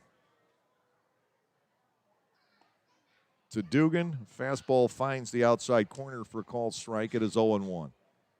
Barnstormers looking to surge back after getting out of that bottom half of the third. The escape there, potentially a huge turning point in this game. Alleman up the line from third. The infielders are back. The pitch to Dugan misses. It is ball 1 and strike 1 here. At the moment, the run is unearned. Numerous ways that Dugan could change that. 1 ball, 1 strike. The pitch to Kelly. Swinging a high fly ball out to right field. It is traveling. Tillman Pugh gets behind it. He will make the catch. Tagging off third is Alleman. A long throw coming in, but it's offline. Dugan with the sacrifice fly. The Barnstormers tie the game at 3, and with 1 out and the bases empty, in steps Anderson De La Rosa. Dugan got enough of that to drive home the run. Alleman with respectable speed at third. Pugh got off a nice throw, but it was a good 10 to 15 feet up the third baseline. And Alleman had little trouble scoring. All tied here in the 4th inning. The batter is De La Rosa. Anderson walked his first trip. Owens into the motion. Drops that in nicely at the knees for a called strike. It is 0-1.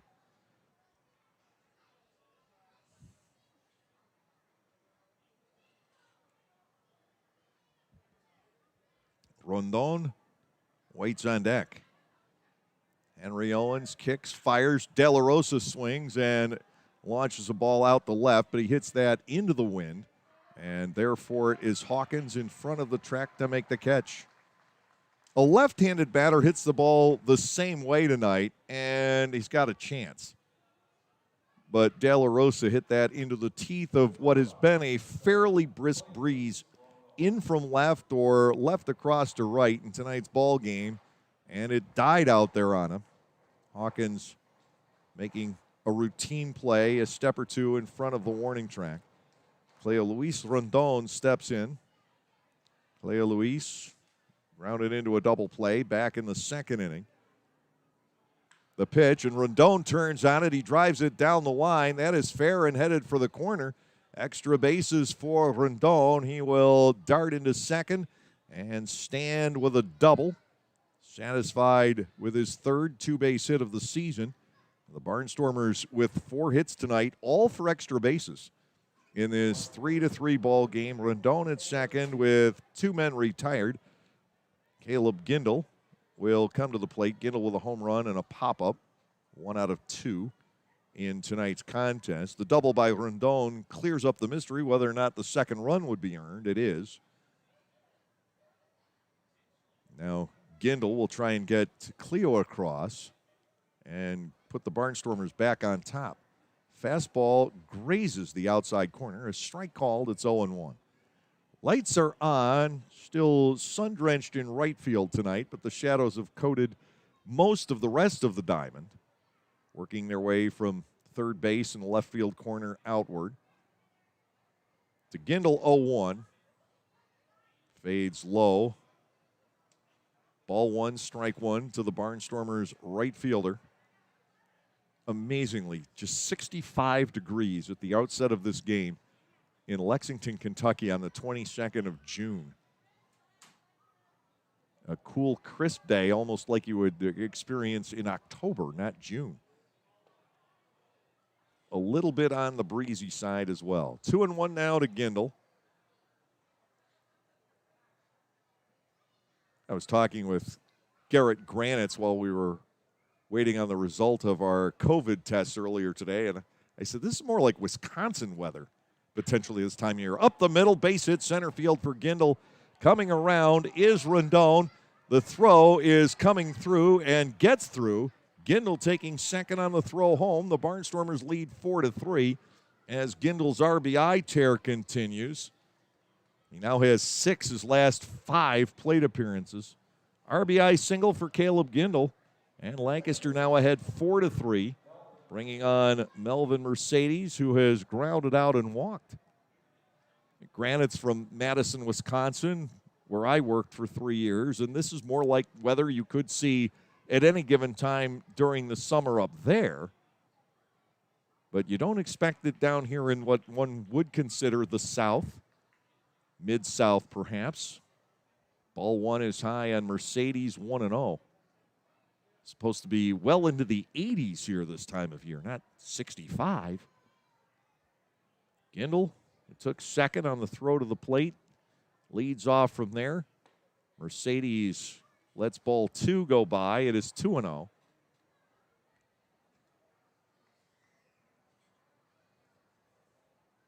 As the Barnstormers look for an extra run here in the 4th inning. 3 are home. Gindel leads from second. A walk, a double and an error, a sac fly, another double, and now a single. With Gindel to second on the throw. Melvin Mercedes batting 2 balls and no strikes. Owens ready to go, and it is taken below the knees by Mercedes to go to 3-0. Blake Galen, left-handed batter, waits on deck. Action has started in the Lexington bullpen. A left-hander is throwing down there. The Barnstormers bullpen is quiet by necessity. 3-0. Mercedes looks at a strike on the inner part of the plate. It is 3-1. Robert Carson, I believe, veteran Atlantic Leaguer, getting tuned up in the Lexington pen. Mercedes swings, lines at the left center field. That's down for a base hit. Sturgeon will come up, firing another long throw. This is cut off. Mercedes bidding for second, and he'll make it. The Barnstormers lead 5-3 on the RBI base hit to left center by Mercedes. Sturgeon's arm not quite strong enough. We're going to get a visit to the mound by the pitching coach, Dave Island. The Barnstormers with 4 hits and 4 runs here in the 4th inning. The visit is quick.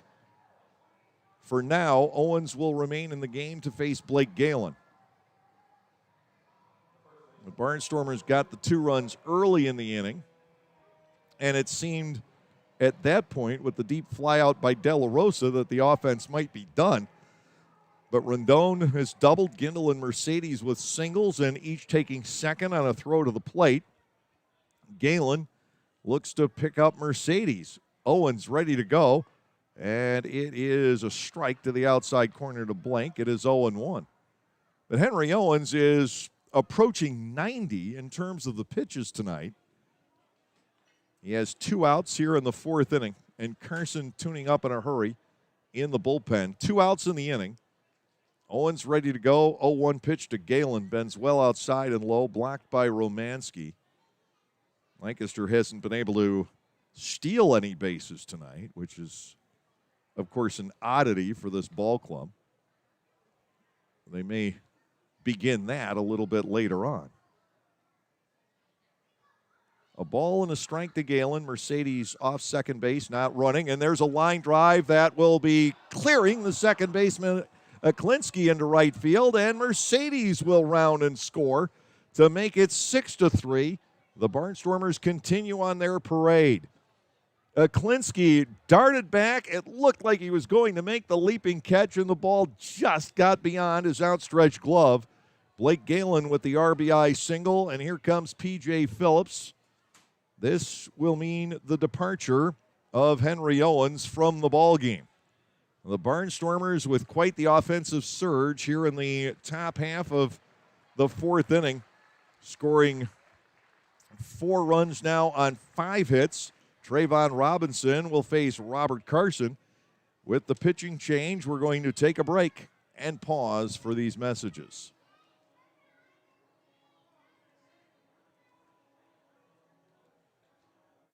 "72 years and 4 generations and still going strong. We are Gockenauer Appliances in East Petersburg, and we want to be your appliance store now and into the future. We sell all the best brand names of appliances at the very best prices. We also deliver, install, and service what we sell. Shop local and with your 4-generation hometown appliance store. Come to Gockenauer Appliances and see what a great appliance purchase experience is all about. You can even shop from home now at Gockenauers.com. Thanks for your support. When everyone has a different craving, Wegmans Meals to Go has it all. All right now, all in one delivery. Pizza with the kids' favorite toppings, a delicious sub made the way you love, fresh sushi for the whole group, and so much more. It's how busy people get busy eating the meals they love. Order on the Meals to Go app or at mealstogo.com to make everyone happy.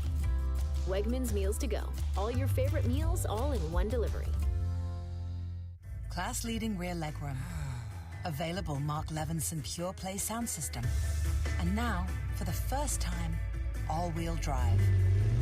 If there's anything missing from the Lexus ES, it's you. The Lexus ES, now available with all-wheel drive. See Bobby Rahal Lexus in Mechanicsburg or Lancaster County. 2021 ES versus 2020-2021 competitors. Information from manufacturer's website as of 7/16/2020. Mark Levinson is a registered trademark of Hardeman International Industries, Inc. Blake Galen takes off on Robert Carson and makes it easily to second base. Trayvon Robinson, meanwhile, batting at 1-0. The Barnstormers with 4 straight 2-out hits here, chasing starter Henry Owens. Robinson now with a fly ball toward the right field corner. Tillman Pugh goes over and latches on. That will end the inning, but not before the Barnstormers collect 5 runs on 5 hits, 1 error. And Galen is left parked at second base as the inning comes to a conclusion. But a big one for the Barnstormers in the top half of the 4th. We're through 3.5 here at Lexington Legends Park with the score Lancaster 6 and Lexington 3. You can enjoy a night at the ballpark and help out the United Way of Lancaster County. All you have to do is spend 3 hours as an usher during a Barnstormers home game, and the ball club will donate $20 in your name to the United Way program of your choice. Be a friendly face, have fun, and raise money for your favorite local charity. To sign up, go to the LancasterBarnstormers.com website and head to the community link, and we'll see you at the ballpark. When everyone has a different craving, Wegmans Meals to Go has it all. All right now, all in one delivery. Pizza with the kids' favorite toppings, a delicious sub made the way you love, fresh sushi for the whole group, and so much more. It's how busy people get busy eating the meals they love. Order on the Meals to Go app or at mealstogo.com to make everyone happy. Wegmans Meals to Go. All your favorite meals all in one delivery.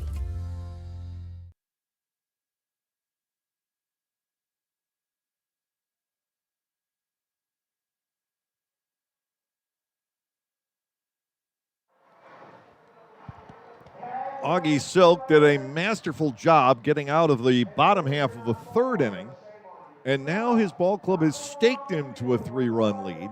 He kept his team in it, and definitely a momentum change as the Legends were not able to score any more beyond the 1 run in the inning after they had the bases loaded, nobody out, and the run across. That kept the Barnstormers lurking, and Henry Owens got knocked around in the top of the 4th. The Barnstormers with the leadoff walk and then a chain of 5 hits.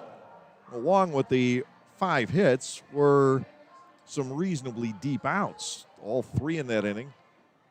Reasonable length fly balls. Here is the center fielder, Cole Sturgeon. He leads off here in the bottom of the 4th, and Silk misses with ball 1. I don't know that Augie's going to be able to go 5, but Ross will allow him to if he can. And again, he comes out and he can't find the strike zone. It's 2-0. Silk has walked 5, struck out 2. Owens walked 5, struck out 2. High drive center field.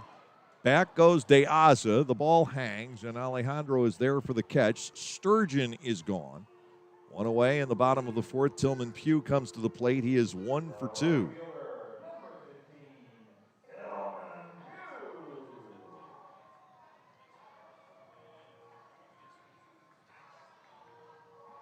Pugh singled to right field in the 1st inning, fly to right in the 2nd. The Barnstormers could have an early book on him. He likes to go the other way. Let's try and counter that. Silk spins one toward the inside corner, but he misses with it, and it's ball 1, no strikes.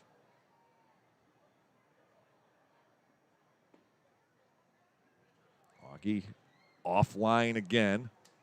We go to 2 balls and no strikes.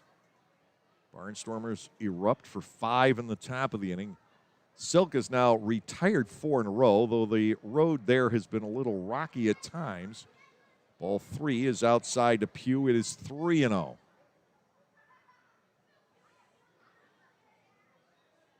Defense straight away against him as he looks at ball 4 off the outside corner. Silk walks number 6. DJ Peterson has doubled and walked. He will step in.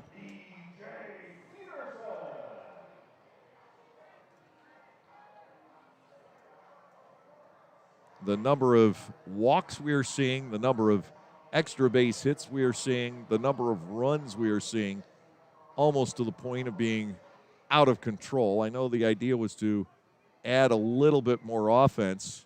I don't know that the Atlantic League needed help. Swinging a foul ball back.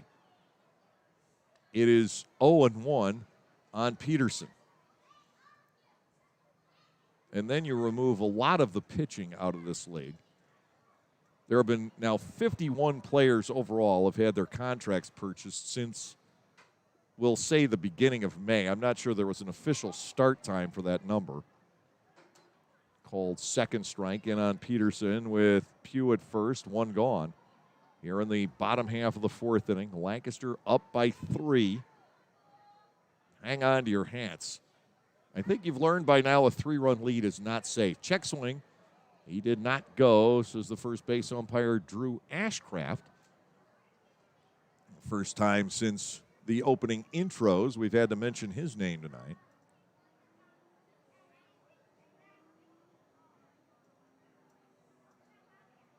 Silk to the set. His pitch to Peterson off the inner edge. Ball 2 and 2 strikes now.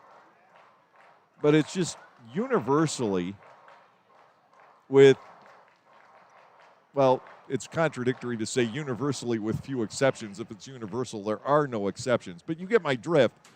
There are a few pitchers in the league who can find the strike zone and throw strikes with regularity.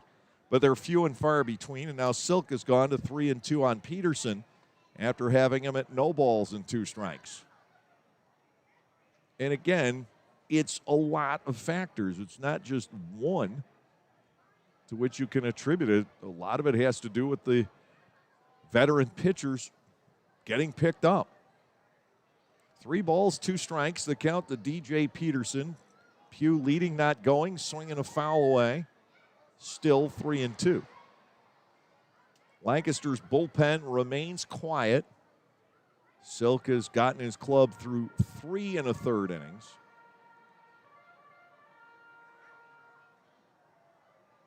And his pitch count approaches 90.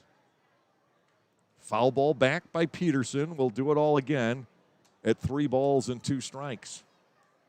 And Silk has missed the zone better than half the time.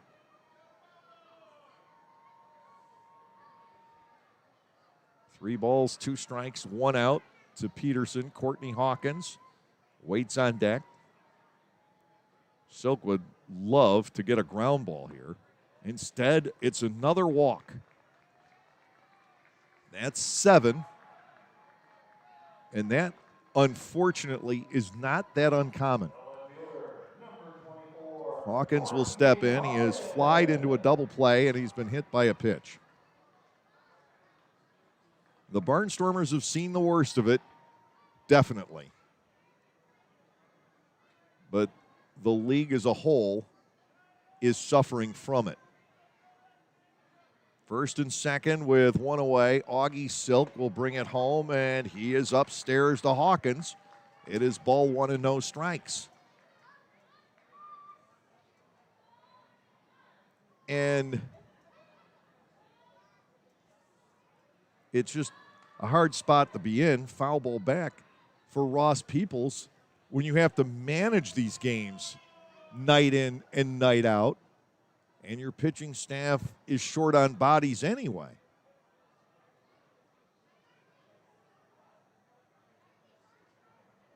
One ball, 1 strike to Hawkins. Silk will bring it home, and it's all the way to the backstop on a wild pitch. De La Rosa knows enough to eat the baseball.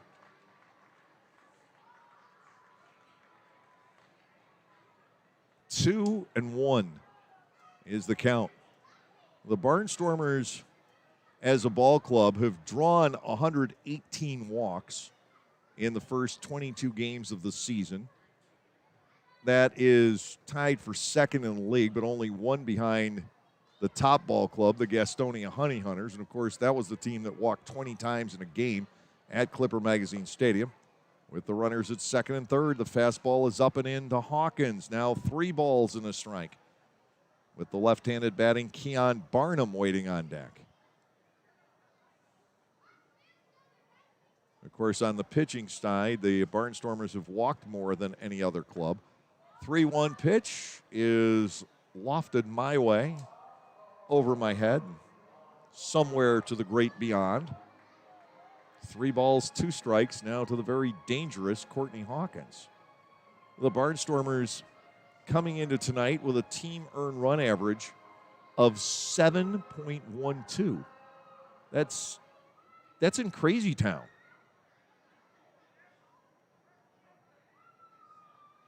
(3-2) to Hawkins. The Silk pitch is tagged down the left field line, but foul. It will stay 3 balls and 2 strikes. But, of course, the flip side of that is the Barnstormers lead the league in runs scored. Not necessarily per game, but overall. Lexington is in the neighborhood with the Barnstormers. York still a little bit ahead per game. Silk tries to creep one on the inside corner. He misses. And once again, an opposing team has the bases loaded on walks. 1 out. The batter will be the first baseman, Keon Barnum. He has struck out and walked. And you look down toward the Barnstormers bullpen. No one is throwing yet, but for the first time, there is movement off the seats down there. Bases loaded with 1 away. Barnum is struck out looking, and he has drawn a base on balls. Silk to the motion, the pitch. That's high for ball 1. Silk had walked 10 in 12 innings coming into tonight. My, oh my. Next pitch, big swing and a miss. And to Barnum, that will make it 1-2.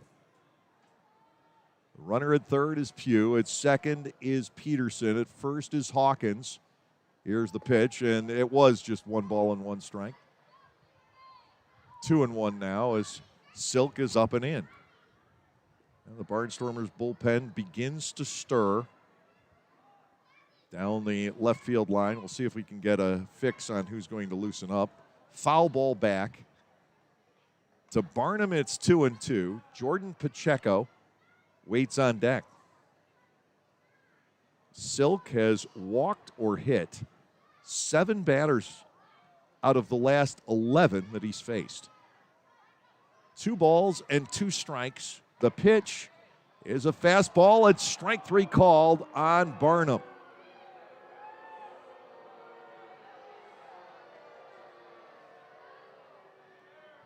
Base is now loaded with 2 outs. Silk will battle Pacheco, who is fly to right and walk the drive in a run.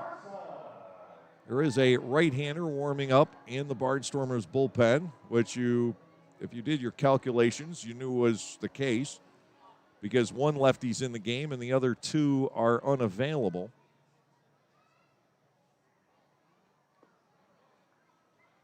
The pitch, and by the way, not Pacheco. This is Robert Carson. Pacheco is the DH. So Carson batting for himself. 1 ball and no strikes. Former National Leaguer. It's not a unique concept to Robert. He'll take a strike to the inside corner. It is now 1 ball, 1 strike on Carson, who bats from the same side as he throws, the left. Carson is 0 for 1 with a strikeout on the year. High bouncer, tough play. Across goes Alamond. His throw is low, handled by Galen on the long hop. Carson's retired, and for the 2nd straight inning, Augie Silk is able to do a dance out of a bases-loaded 1-out jam without allowing the Legends to score. No runs, no hits, no errors. Lexington strands 3 again. Through 4 from Lexington Legends Ballpark, it is the Lancaster Barnstormers 6 and the Lexington Legends 3.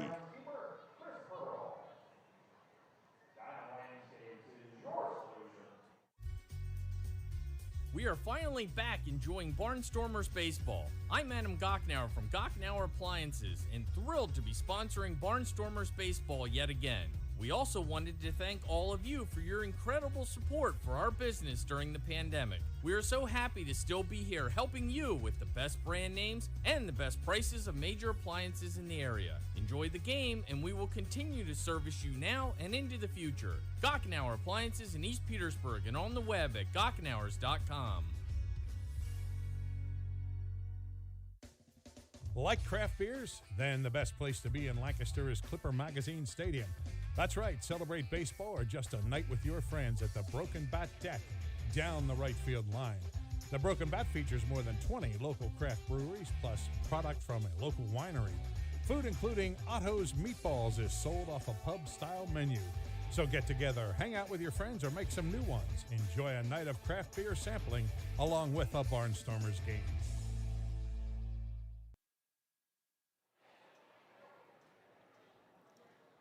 Robert Carson, fresh off bouncing out to shortstop, will work the Barnstormers half of the fifth inning. It'll begin just where the fourth inning did. Deasa, Alimond, and Dugan will be coming to the plate for the Lancaster Barnstormers. Robert Carson, listed a while back as 6'4" and 240 from Hattiesburg, Mississippi, same hometown as the youngster we had for a while earlier in the year, Jamarcus Lang, and also Freddie Lewis. And Carson, who did touch the major leagues with the New York Mets back in 12 and 13, has become somewhat of a fixture here in the Atlantic League. He's been Bridgeport, Southern Maryland, York, and now here. First delivery to Deasa is slapped foul on the ground, no balls and a strike. Carson came on and got Trayvon Robinson to fly out in the fourth inning. And Robert has a lot of friends around the Atlantic League. When he first arrived back in 15, he was a starter and threw one of the best games that I have seen in this league against the Barnstormers. The 0-1 check swing by Deasa. It is a ball. 1 ball, 1 strike here. Lancaster leading 6-3. The last rays of the setting sun visible off the upper signs out in right field. 1-1 pitch. Carson has Deasa full, a swing and a miss, and a 1 ball and 2 strike count. And then Robert was a swing guy for York in 2018. He went 10-7 for the Revs in 18 and 5-1 in relief in 2019. 1-2 pitch upstairs. Deasa will bat at 2 balls and 2 strikes. Like Alimond, who had one of the key hits back in the fourth inning, a double inside the bag at third after battling for a while with 2 strikes against Henry Owens. He waits on deck. Deasa with a floater foul off to the left, right to the very end of the upper level. 2 balls, 2 strikes, and counting on Deasa. They do have a Cincinnati Reds outfield sign here in Lexington. As I said, there are very strong ties to the Reds, and Cincinnati's not terribly far from here. Slow ground ball in the infield. The charging it will be Aklinski. He's got time for the throw. Deasa's retired. 1 gone to start the fifth inning. Alimond will come to the plate, and he will continue to bat from the right side. Blake tonight has gone 1 for 2. He has popped out, and he has doubled inside the bag at third. Kelly Dugan's on deck. The Barnstormers have not lifted Augie Silk yet, nor will they, heading into the bottom of the fifth. And Ross would like to get him through a fifth inning, of course. But he'll be really stretched out. He's thrown a lot of pitches through 4. To Alimond, the fastball is a strike at the very top of the zone. It is 0-1. 7 hits for the Barnstormers in the game. The first 4 were for extra bases. The most recent 3 have all been RBI singles. Alimond chips a bat and lobs this on the right side of the diamond. Aklinski in behind Barnum for the catch and out number 2. That almost was chaos for the Lexington Legends on that play. Aklinski able to make the catch in behind Barnum, but they were awfully close to one another. If they allow that ball to fall in, Alimond is a base runner because Carson, I don't think, had gotten anywhere near the bag at first. Here's a pitch now to Kelly Dugan. It is inside. Dugan with a walk and a sac fly, so no official plate appearances tonight for the designated hitter. He started the evening batting .293, and at the moment, it's frozen there. Next pitch is a strike. It is 1-1. So Robert Carson showing how to get it done here in the middle innings. Second left-hander used tonight by P.J. Phillips. 1 ball, 1 strike to Dugan. Sliced the other way. He's got a base hit. That is number 8 for the Barnstormers. And it brings on Anderson De La Rosa, who has flied out to left, and he has drawn a walk. Carson 0-1 coming into tonight. He allowed 7 hits and 5 earned runs in 6 2/3 innings, while walking 2 and striking out 3. The Barnstormers will run for Dugan. Jared Lakend is going to go out, and a couple of reasons for this. One is that Kelly still, I think, bothered by that foul ball off his knee back on the last homestand. And he's probably not going to bat again anyway. I don't know if the Barnstormers can turn the lineup around and get back to him. There's a strike taken by De La Rosa. So Jared Lakend is the pinch runner. Second time he's done it. A pitcher who can't throw, but he can run. To De La Rosa, it is upstairs. Right-handed hitting catcher with a walk in that deep fly to left. The ball knocked down by the wind, at least to some extent, back in the 4th inning. I'm not saying it would have gone under other circumstances, but it would have gone farther. Ground ball to third, kicked for a moment by Peterson. He can't find the handle. Safe on the error is De La Rosa, but around second too far is Jared Lakend, and he gets thrown out. De La Rosa reaching on the error, and Lakend made too wide of a turn at second. They're able to throw behind him and get him. No runs, 1 hit. Should be an error, I believe. And the 1 runner left on base. Rondon will be leading off the Barnstormers' 6th regardless. The Legends are guilty of their 3rd error. Augie Silk is back on the hill for the bottom of the 5th, and we'll bring it your way after this. Localflavor.com, local flavor. Localflavor.com, local flavor. Excuse me, are you saying localflavor.com? Oh, yeah, it's where I save big bucks on all kinds of things. Home improvement projects, dining out, family fun, electronics, jewelry, clothing. I even bought my wife a fancy spa package for half price. Half price? Yep, you know all the deals you find in Clipper Magazine. I love Clipper Magazine. Well, they're all on localflavor.com too. And you can get them right on your phone thanks to localflavor.com's mobile app. Here, take a look. Well, this app is amazing. Look at all these restaurants, amusement parks, car washes, fitness centers. This is worth sharing about. Exactly. Localflavor.com online, the Local Flavor mobile app, and Clipper Magazine together. It's like a triple play. Do the cheer again. I'm in. Localflavor.com, local flavor. Come on, everybody! Localflavor.com, local flavor. Localflavor.com, local flavor.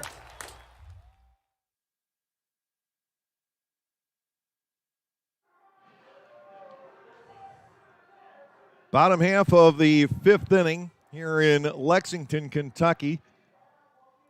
Early wake-up call for most of the Lancaster Barnstormers ball club. Not everybody. The Barnstormers had a few guys come up yesterday. Anthony Peroni, Dominic DeSabatino drove in yesterday. Andro Chatora got here yesterday. Kelly Dugan got in the overnight hours. So they were able to get some shut-eye. But for the rest of the team, not including me, I came up yesterday also. And for the rest of the team, a 5 a.m. departure from Clipper Magazine Stadium this morning. Talked to some of the guys, and they said they were able to get a lot of shut-eye on the bus. It was actually easier to sleep on the bus today than it was on Friday going to Long Island with the 7-hour ride and all the stop-and-go traffic, because the bus is constantly jerking in that bumper-to-bumper traffic with the driver having to step on the brakes and accelerate and step on the brakes and accelerate. It's a lot harder to get your rest in than when the bus driver sets the cruise control at the speed limit and You can motor right on down the highway. As long as you don't hit any potholes, you're fine. Augie Silk facing Jake Romanski to start off the home fifth, and Silk finds the range. It is a strike, 0-1. Jared Lakin utilized as the pinch runner for Kelly Dugan in the top of the inning. Silk comes back, swinging a foul ball. So Lakin right now technically is the DH with Silk still in the game. And Lakin conceivably could bat. If the Barnstormers were to get that far, he is a converted position player. No balls, 2 strikes. Silk is up and in on Romanski, 1-2. Augie has given up 7 walks. He's survived most of them. He has allowed 4 hits, including 3 at the beginning of the night. And he has allowed 3 runs. They're all earned. High drive, left center field. That ball is hit really well. Robinson racing back, and it is in play and recovered by De Asa as Romanski settles it second with a deep double, leading off here in the 5th inning. 2 bases for Romanski. Chris Fernacci, the shortstop, will come to the plate. He has walked and struck out. The Barnstormers bullpen springs to life once again. You just don't know at this point how much Augie Silk has left. He'll give it what he's got, but he's thrown 107 pitches in 4 innings plus a batter. Fernacci with a walk and a strikeout stands in 0 for 1 officially, and he takes ball 1 high from Silk. It is 1-0. And there was some stirring down in the Barnstormers bullpen, but still nobody throwing. The Barnstormers have to ride Silk a while longer. 1 ball, no strikes, and he is high again, 2-0. When you look at the injuries to Lakin, Shirley, Granitz, and Peace, ultimately the Barnstormers now, if you look at the overall picture, they're down 10 pitchers. And it has been impossible to fill those slots. A swing and a miss. Fernacci gets to 2 balls and a strike. And Ross is likely to get either Rincon or Goodson throwing down there. I think it was Goodson that started to tune up last inning. 2 balls, 1 strike to Fernacci. It is strike 2 on the inside corner. Silk getting the fastball there. 2 balls and 2 strikes. Romanski at second base, nobody out. Bottom half of the 5th inning. The Barnstormers with the 3-run lead at 6-3. And there is right-handed action in the pen. I think it is Goodson. Swing and a miss. That is a big first out for Augie Silk in the 5th inning. He notches yet another strikeout tonight. That is number 4 for the left-hander. Ben Aklinski steps in. He has walked and popped out.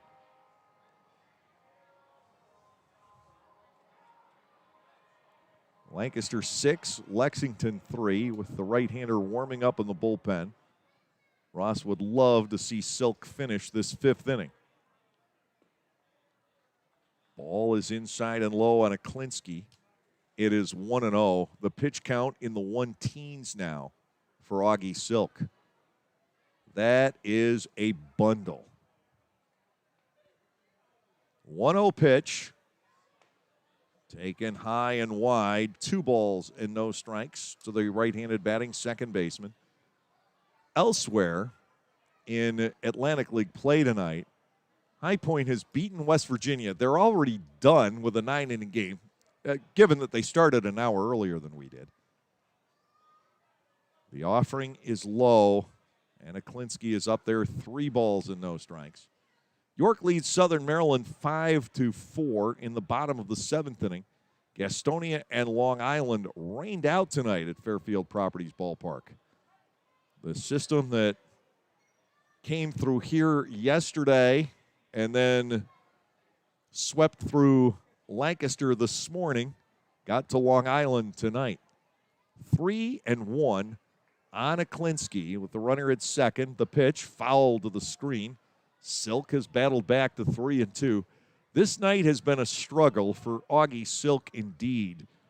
But over the last 2 innings, the Lexington Legends are 0 for 5 with the bases loaded without producing a run since the bases loaded walk in the third. It's high and to the backstop. Bolting down to first on ball 4 is Aklinski, and on to third on the wild pitch is Romansky. Not the first of those from Augie tonight. Runners are at the corners with 1 out. Cole Sturgeon, the center fielder, will come to the plate. One could, in this day and age, almost consider this as abusing a pitcher. But please understand that Ross Peoples does not have options. He really doesn't even have Schumann available tonight from what he told me earlier today. And Schumann, in his last outing against the Ducks, managed to get the save on Friday night, but he was not at full velocity. 1 out with runners at first and third, and the first pitch is outside to Sturgeon. It is ball 1. Sturgeon 1 for 3 in the contest. As the pitch count just continues to skyrocket. Fastball, and that 2 is outside for a 2-0 count. These first 2 to Sturgeon haven't missed by much. Silk has thrown over 120 pitches in the ball game tonight. 2-0. Inside, throw behind the runner at first base by De La Rosa. And back in there is Aklinski. 3-0, the count to Sturgeon. And it just doesn't look like Augie Silk is going to get through 5 innings. He almost needs to battle back and get Sturgeon to ground into a double play here somehow. But there have been times tonight we thought Augie was finished, and he has managed to rally off the ropes. The 3-0 pitch, he's walked another. That is the 9th.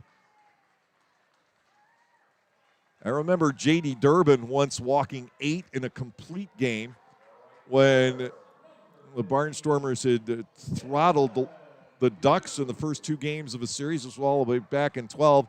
And Butch just handed Durbin the baseball and said, "Go get him, pal, you're it." And JD went the entire game, lost, I think, 8-0, and walked 8 through about 150 pitches. And we celebrated on the trip back. It was the only loss on that road trip, if I remember correctly, with that great 2012 club. This is a different story. Ross is out there, and I think he's already sent Darnell Ray as an emissary to the bullpen. Perhaps not, because Goodson is still, it appears, tuning up, and I only think that's Donald Goodson out there. The signal goes down. Augie Silk, he battled, he fought, he scratched, he clawed, and he really tried to get his ball club through 5 innings, but just basically the tank is on empty, the dummy light is on, and he's got to pull into the gas station at this point. The Barnstormers will make the pitching change, losing their designated hitter, Jared Lakend, with 1 out and the bases loaded here in the 5th inning. We'll be back with the 6-3 lead on the line right after these messages.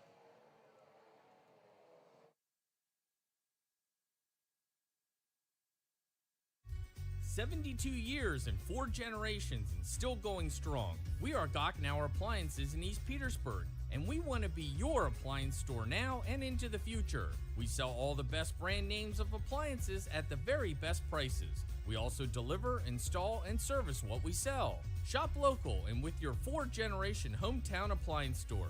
Come to Gockenauer Appliances and see what a great appliance purchase experience is all about. You can even shop from home now at Gockenauers.com. Thanks for your support. When everyone has a different craving, Wegmans Meals to Go has it all. All right now, all in one delivery. Pizza with the kids' favorite toppings. A delicious sub made the way you love. Fresh sushi for the whole group, and so much more. It's how busy people get busy eating the meals they love. Order on the Meals to Go app or at mealstogo.com to make everyone happy. Wegmans Meals to Go. All your favorite meals all in one delivery. Class-leading rear legroom. Available Mark Levinson Pure Play sound system. And now, for the first time, all-wheel drive. If there's anything missing from the Lexus ES, it's you. The Lexus ES, now available with all-wheel drive. See Bobby Rahal Lexus in Mechanicsburg or Lancaster County. 2021 ES versus 2020-2021 competitors. Information from manufacturer's website as of 7/16/2020. Mark Levinson is a registered trademark of Hardeman International Industries, Inc. So the much-used Donald Goodson comes on with one out and the bases loaded in the bottom of the fifth inning. He's facing Tillman Pugh, the right fielder. Pugh tonight has singled and walked. Officially, he is 1 for 2. We are in the bottom of the fifth inning with one out. The Barnstormers have sent 26 men to the plate already. This is number 29 for Lexington. And Goodson's first pitch misses. Ball 1-0. Donald has appeared 12 times previously. 1-1 with a 5.4 ERA, but he's walked 14 and 13 in the third innings. And very often it's right at the beginning of an appearance. He sails it high, 2-0. 9 walks and a hit batter over 4 1/3 innings tonight for Silk.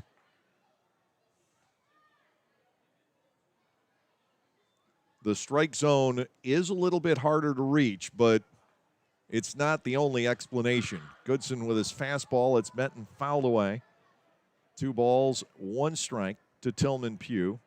DJ Peterson, the third baseman, waits on deck. One pitch gets too much of the plate with anybody in this stretch, and Lexington will have the lead in this ball game. Here comes the 2-1, swing and a miss. The fastball challenging Pugh. And it is 2 balls and 2 strikes. Goodson's velocity right there with Scott Schumann's. 2 balls, 2 strikes. Romanski at third, Aklinski at second, and Sturgeon, the runner at first base with 1 out.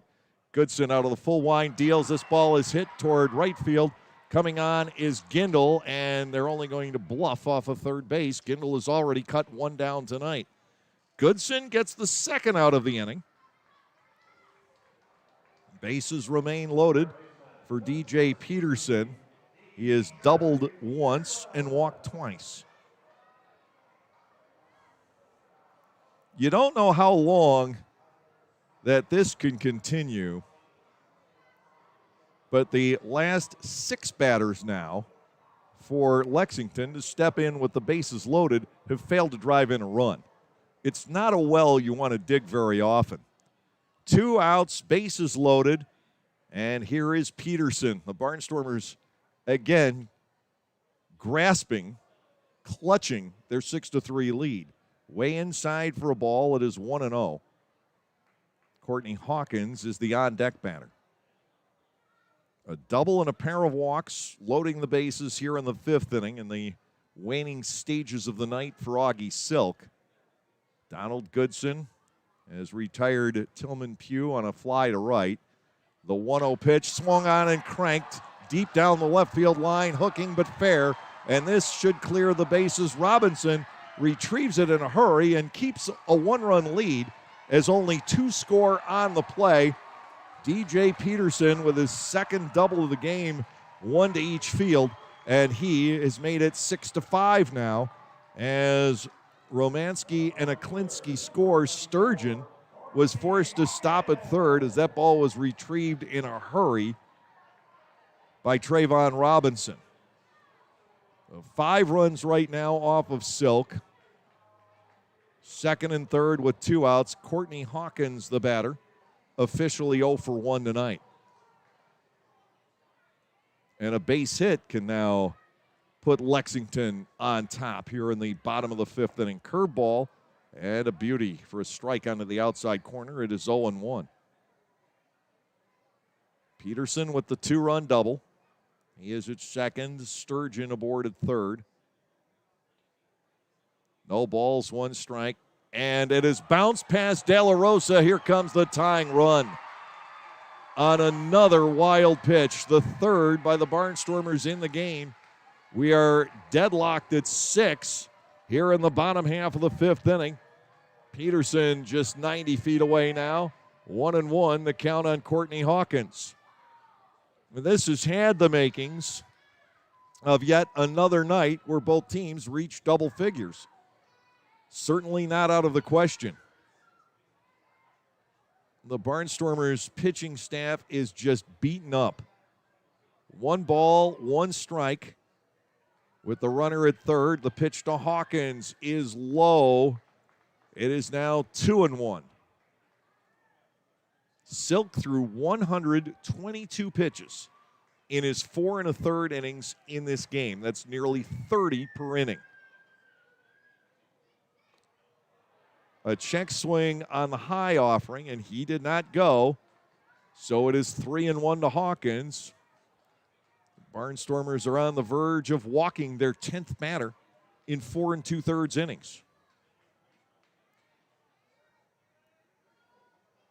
70 balls thrown by the Barnstormers so far in this game. 3-1, and line base hit left field, 7-6 in favor of Lexington. Hawkins drives in Peterson. This run belongs to Goodson. Keon Barnum, the lefty swinger, will come to the plate, 0 for 2 with a walk. Lexington back in the lead with the 4 spot in the bottom half of the 5th inning. Goodson would now be the losing pitcher. Silk cannot lose. 6 runs, though, off of Augie in 4 1/3 innings. Hawkins, the runner at first base, a guy who can steal bases, and now Barnum unleashes and unloads and hits that ball somewhere well over the party deck out in right field. A bomb of a home run, and it is now 9-6 on Barnum's 4th Atlantic League home run. We told you about his history in the American Association, 31 homers for Butch Hobson with the Chicago Dogs 2 years ago, and he just hit that one a mile. 9-6 Lexington, but you know already, don't count the Barnstormers out. The batter is the pitcher spot. Robert Carson grounded out, but we're not going to see him here. They will bat for him. We're going to get a pinch hitter.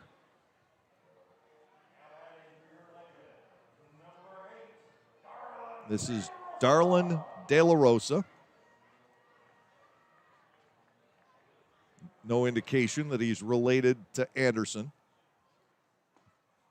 Goodson gets the fastball by him, a swing and a miss. It is 0-1.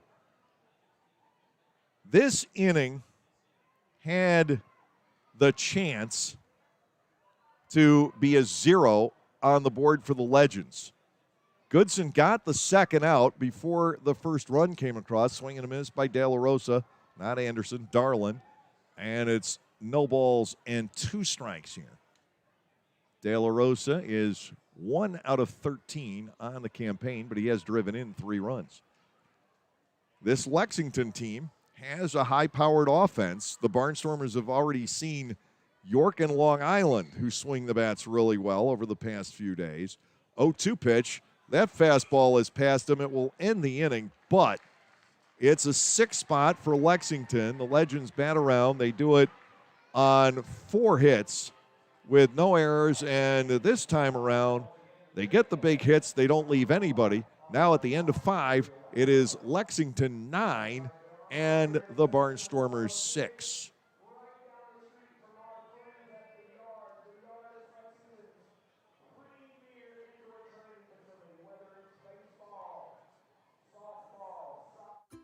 At Clipper Magazine Stadium, we have hot dogs and popcorn, peanuts, soda, and nachos. But what if, say, you are only 3 months old and mom wants to have a night out and watch the Barnstormers? Well, thanks to May Grant Obstetrics and Gynecology, the littlest of Stormer fans now have a place to go for dinner during the game. Tots can take mom to the Little Sluggers dugout behind Section 13 at the stadium for a comfortable private feeding experience. A brightly painted room with comfortable furniture and TVs tuned to the game, it is the perfect spot for baby and mom during a night at the ballpark. I'm an aficionado. I'm a sneakerhead. I'm a foodie. Gamer. I'm a gym rat. There are many names for enthusiast, A fashionista. but there's only one way to become one. By going all in. The Lexus IS Sports Sedan is our obsession. Relentlessly engineered and designed to be the most responsive IS ever. It's what we call going all in on the sports sedan. The Lexus IS. See Bobby Rahal Lexus in Mechanicsburg or Lancaster County.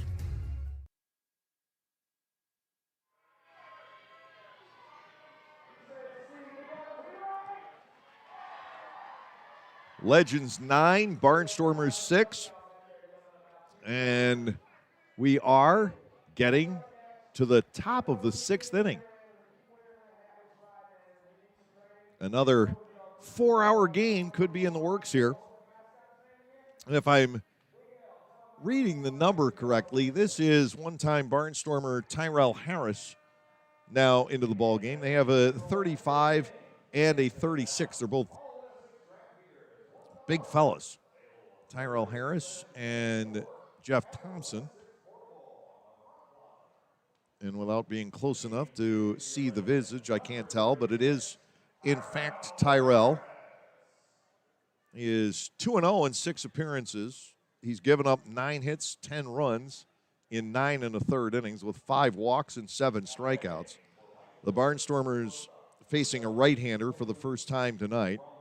They'll send Rondon, Gindel, and Mercedes to the plate. Lancaster has had a field day offensively again, but it's just not enough.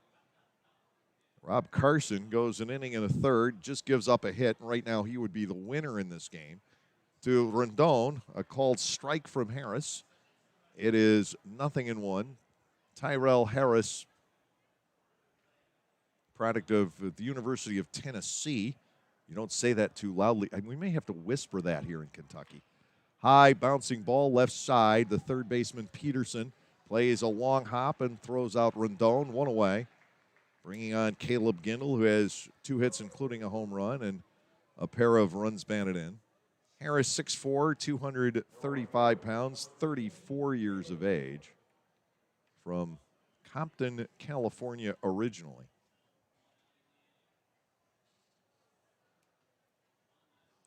Gindel, 2 runs scored, 2 runs batted in, 2 out of 3.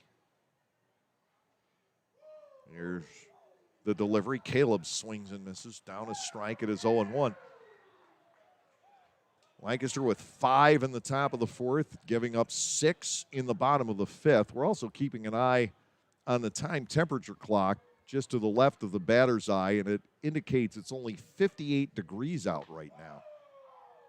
Up and away, ball 1 and a strike. We're neither heated nor air conditioned in the booth here, but it's beginning to feel like the igloo that is the broadcast booth at Southern Maryland.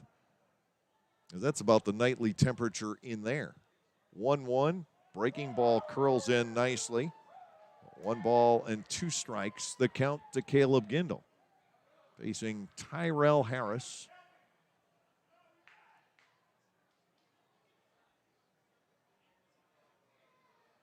And the pitch. Gindel goes down swinging. He reached for an off-speed pitch. That's 2 up and 2 down for the Barnstormers in the top of the 6th inning. And you just wonder how much of this, as many runs and as much success as the Barnstormers have had offensively, it's just got to wear on you after a while that you put all these runs on the board and it's not enough. 2 outs, and Melvin Mercedes will look at a fastball away. Ball 1 and no strikes.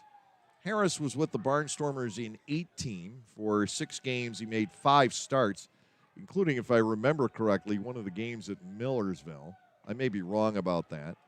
Strike to the outside corner. It's 1-1. He had a 5.32 ERA. He has also been with York from 15 through 17 in and out, and Bridgeport in 13 and 14. Ball missing low to Mercedes, 2-1. Blake Galen waits on deck. The Barnstormers strung together 3 consecutive 2-out RBI singles in the top of the 4th to take the lead. Now to Mercedes, 2-1 pitch is popped up, foul ground, sprinting over the third baseman Peterson, but never a chance. It is 2 balls, 2 strikes to Mercedes. The Barnstormers got to the starter tonight, Henry Owens, for 7 hits and 6 runs in 3 2/3 innings. 6 runs on 8 hits through the first 5 innings. You should win the majority of those games, but not going on right now for this Barnstormers pitching staff. 2-2 with 2 outs. And to Melvin, off-speed pitch outside and low, filling the count. Mercedes with a walk and a base hit tonight, which is not unusual. Harris ready to go. Here comes the payoff, and ball 4 is outside. That is the second walk picked up by Mercedes in the game. Lancaster has drawn 6. Lexington has picked up 9. Blake Galen will step to the plate with 2 outs and the runner on here in the 6th. You could see Mercedes try to run here just to stir things up. Harris will go to work on Galen. Blake jumps back out of the way. It is ball 1 and no strikes.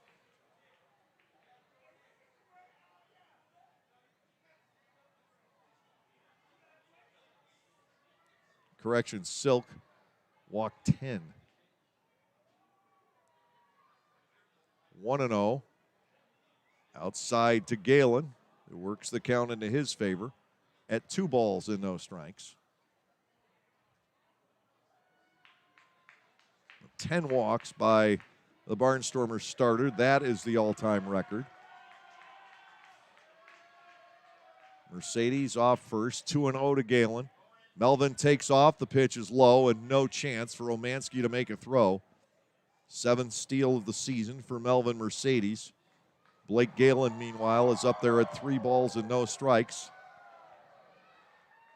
Trayvon Robinson waits in the on-deck circle or area. There is no circle down there. 3-0. Galen may be taking here. The pitch, it's ball 4 outside, so we'll never know. Galen draws his second walk tonight. That is now 17 for the contest. And along with the 17 walks, we have seen merely 7 strikeouts. That is an imbalance. Trayvon Robinson is 1 for 3. He doubled over the head of the center fielder Sturgeon back in the first inning. He has since struck out and flied out.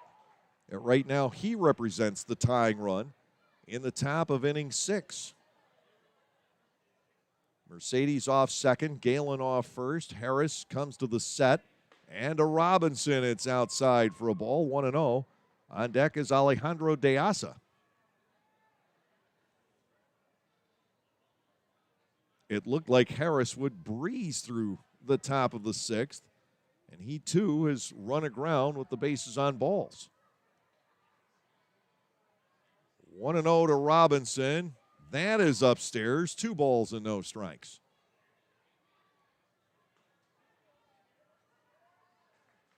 Now Goodson struck out 1. So he's 8 strikeouts in this game and 17 walks. 2 balls and nothing to Trayvon Robinson. Set pitch. Robinson swung and he missed right there. I think he wanted to do some damage and he was going to go after almost anything. That pitch tailed away from him. But little harm. It's 2-1 to Robinson. Mercedes and Galen the runners. Lancaster trying to climb back into the fight here in the top of the 6th. Down 3. We've had some wild swings again here tonight. 2-1 to Robinson. Way inside to go to 3-1. Once more, we're on the verge of having the bases loaded on walks. It has cut both ways this season. 3-1 to Robinson. Harris to the high set. And to Robinson, that ball is wrapped to the shortstop. Easy play. The throw will go to first from Fornacci to end the inning. Robinson grounds out 6-3. Harris gets through it. 2 2-out walks and then a 3-1 count, but he survives. No runs, no hits, no errors, 2 runners left on base. We're through 5.5. It is Lexington leading by the score of 9-6.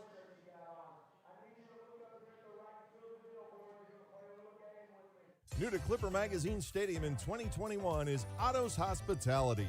Otto's is totally committed to the fan experience, from quality to convenience to safety. And they are committed to Lancaster, using local food purveyors whenever possible. New menu items like homemade Brauhaus pretzels, Black Angus burgers, and Otto's meatballs are sure to make any Barnstormers game even more fun. Use self-ordering kiosks or your phone instead of waiting in the lines. That's Otto's Hospitality. Pennsylvanians are creating their own soundtrack. Thanks to PA Lottery Scratch-Offs, excitement's back. Pennies, nickels, dimes, or quarters, no matter your choice, scratching's always in order. With big top prizes and second chance drawings, thrills await. They're out there calling. If it's excitement you seek and you're looking for action, play the PA Lottery. And keep on scratching. Must be 18 or older.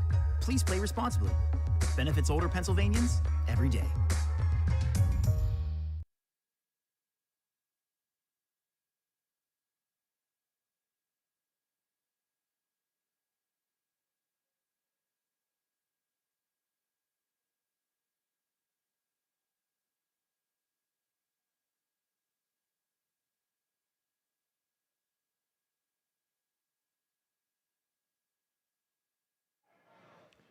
Donald Goodson still out there. We head to the bottom of the 6th inning. Goodson will be starting it off against the catcher Jake Romanski. Donald charged with 3 hits, 3 runs last inning.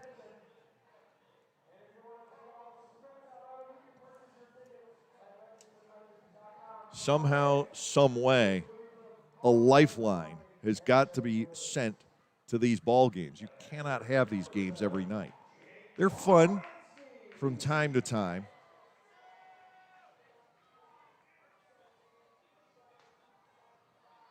Here is Romanski, who is 2 out of 3, and he scored twice. He doubled against Silk leading off last inning. Goodson is inside. It is a ball, 1-0. And part of it is the overall thin ranks among the pitching. The Barnstormers, I think, have gotten the worst of it. But it's throughout the league ultimately. You look at some of the pitchers that Lancaster faced in the ball game on Sunday, all professional rookies toward the end. Lancaster piled up a lot of runs. The game seemed to be out of hand, and at the very end, it wasn't. That ball drops in that Mercedes hit, and Mazzilli made the spectacular catch in the top of the 9th. And it is 18-14, and you're one more batter from reaching base from a save situation for Tonkin. Ball 2 and strike 1 now on Romanski here in the bottom half of the 6th inning. Goodson high and inside. We go to 3-1. The Barnstormers' first and foremost objective right now has to be to get the pitchers they do have healthy. You've got to have Lakin. You've got to have Schumann. You've got to have Granitz. Foul ball to the screen, now 3-2. And you have to have Shirley all 100%. Schumann's not out for any length of time. Granitz is about ready to come back. But you've got to have those guys 100%. Because you don't, you're taxing everybody else. You've got to get R.J. Peace back. He looked like he was going to be pretty good, and then all of a sudden something went haywire in his arm. Grounded foul past the bag at first. Romanski will continue to bat at 3 balls and 2 strikes. 9-6 Lexington. Bottom half of the 6th inning in the opener of a 3-game series. We'll be right back out here tomorrow afternoon at 12:35. Join us here on YouTube, brought to you by Gockenauer Appliances of East Petersburg, beginning at 12:30. Andro Chatura will be on the hill for the Barnstormers tomorrow. Another foul off to the right, now to play. Wind has entirely died down now. See a few clouds off on the horizon and the very final vestiges of sunset visible beyond foul territory on the left side. 3 balls, 2 strikes. Goodson will bring it home and miss. Romanski is aboard on an 8-pitch walk. That is the 11th given up by the Barnstormers in the game. We have seen 18 walks on the night. Now here is Chris Fornacci, who is 0 for 2. He has walked once, and he has struck out twice.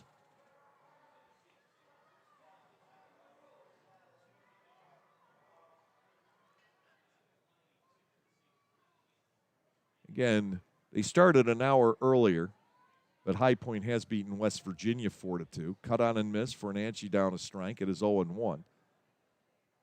Top half of the 9th inning at York. They started a half an hour early. Southern Maryland and the Revs are tied at 5. Gastonia at Long Island rained out.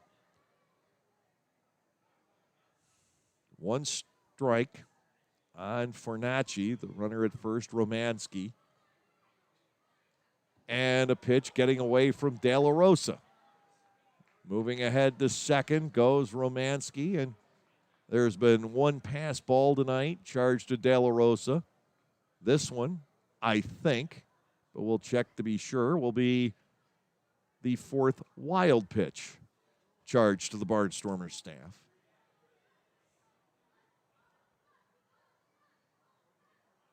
We'll get that ruling momentarily. Meanwhile, the runner ahead to second with nobody out. Fornacci batting at 1 ball, 1 strike. That is a wild pitch, and De La Rosa has to flag another. 2-1.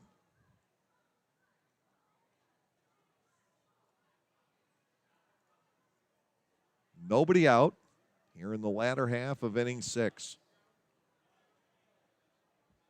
8 hits for Lexington. Add in 11 walks and a hit batter. They really could have a lot more. As I said before, the 2-run double by DJ Peterson last inning, the Legends had 6 straight guys with the bases loaded not drive in a run. And that's what had the Barnstormers in the lead, and then the bottom fell out. 2-2, and Goodson throws another one wide and past De La Rosa. So the runner motors ahead to third. Romanski is there, 3-2. The count on Chris Fornacci with Ben Aklinski waiting on deck. Pitching at such a premium, and it all hit at absolutely the wrong time for the Barnstormers. 3 balls, 2 strikes to Fornacci. Infield comes in halfway. Ball 4 is outside. There's the second walk of this inning. 1st and 3rd now. And here is Aklinski.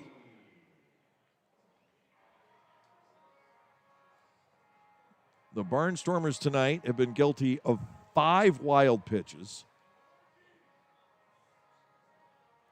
They've given up 12 walks, and they've hit a batter. Ross signals down to the bullpen. Somebody else will begin to loosen up. 1st and 3rd as Aklinski steps to the plate. Goodson brings home an off-speed pitch, and he can't find the range with it. Check swing. He held, and it's ball 1, 1-0. Goodson looked so outstanding during spring training. He retired just about everybody he faced. He looked like he was going to dominate, but again, this could be more overuse than anything else. He's in his 13th game. The Barnstormers are playing their 23rd, and that was never the intent for Ross Peoples. He wanted Goodson to be one of those guys you could bring along gradually. Runner goes from first. Ball 2 is outside and low. Well, Fernacci moves ahead. Aklinski working at 2 balls and a strike. And the infield will again play up halfway here. Lexington with the 9-6 lead. That is lined to left field. Robinson will have to take it on a bounce, and that's run number 10. So for now the 9th time this season, the Barnstormers have given up double digits.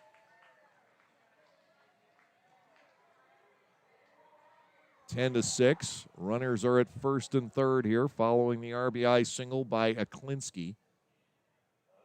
Cole Sturgeon will bat for the 5th time tonight. Still nobody out. Lexington has scored in 5 out of the 6 innings in this game.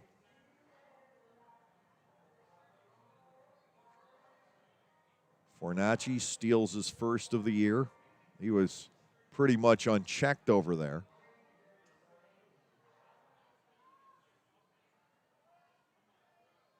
First and third. There goes the runner from first. De La Rosa decides not to throw through. Wise move. Aklinski now steals second. The left-handed batting Sturgeon has singled, walked, scored twice. 0-1 to him. Again, first base open. Again, the Barnstormers bring the infielders in.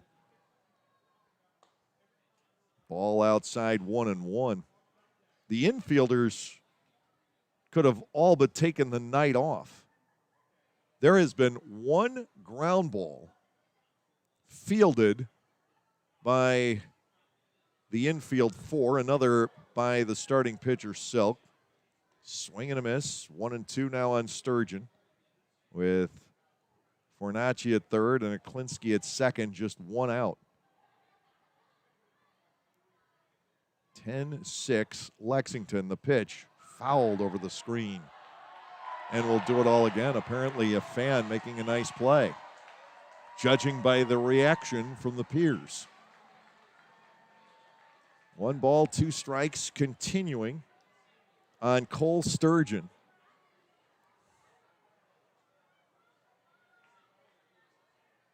Goodson out of the full line delivers. It's slapped foul off the fencing in front of the third base dugout. Occupied by the guys in red.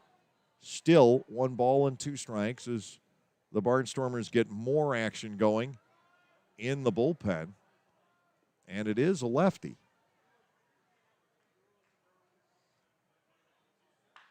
Ground ball to first, dug up by Galen. He'll look the runners back and take the out at the bag. 3 unassisted.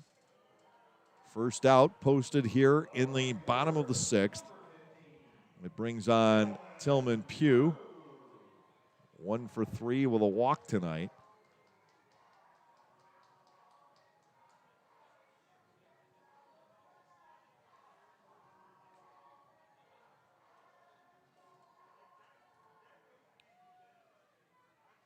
No, it wouldn't be Galen or Gindel. Maybe they're going to give Lakin to look for. No, he's out of the game. Upstairs, ball 1 on Pugh.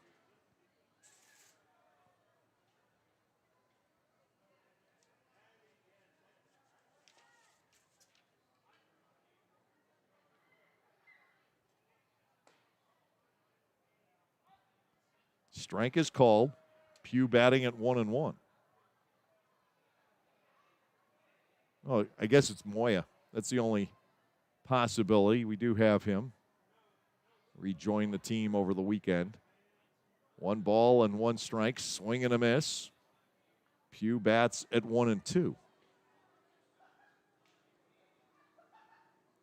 He's been with us less than he's been gone due to some issues he had. Family health issues. 1 ball, 2 strikes. Goodson delivers. That's lined in the left, a base hit. One more run will score as Pugh delivers the RBI single, bringing home Fornacci. 2 runs this inning. It is 5 off of Goodson. Now we have an 11-6 ball game. And here is DJ Peterson. 2 doubles, 2 walks. His double in the 5th inning meant everything.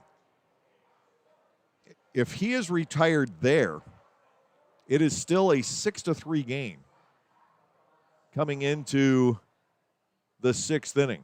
Instead, his double just got the offense out of the muck of leaving the bases loaded inning after inning for the Legends. And they have just been pouring the runs on ever since. 1st and 3rd with 1 out. And again, the runner from first takes off.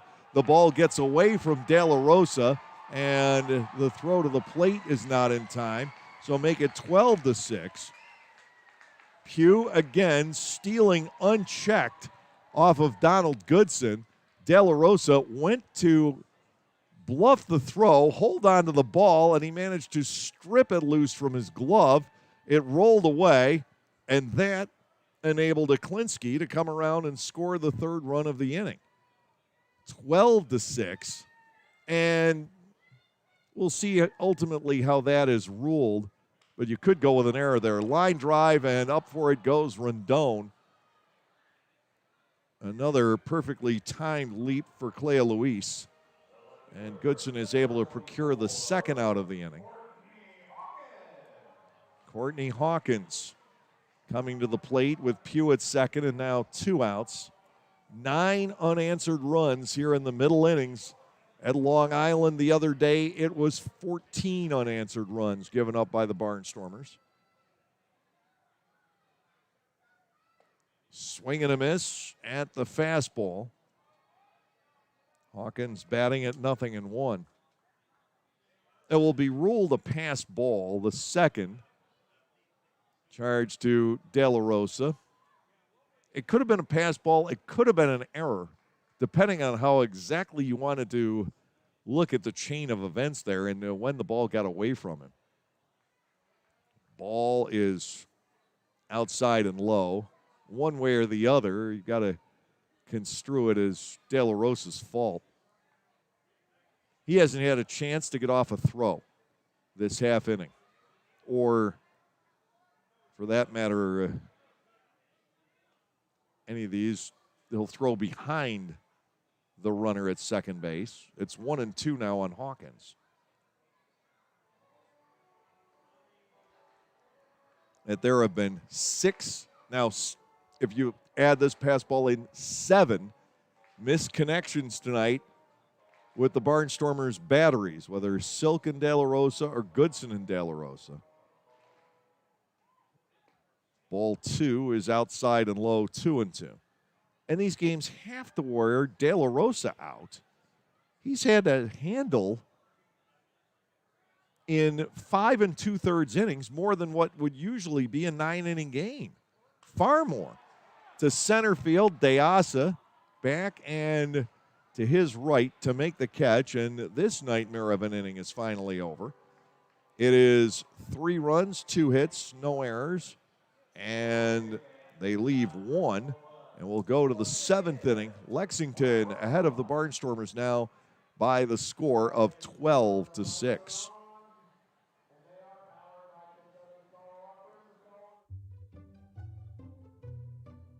Bummer, the Barnstormers are on the road and you're looking for something to do. Clipper Magazine Stadium still has the answer for family fun. The summer movie series returns, presented by Lidl Supermarkets on selected nights throughout the summer season. Bring the kids out to the ballpark for family-friendly movies.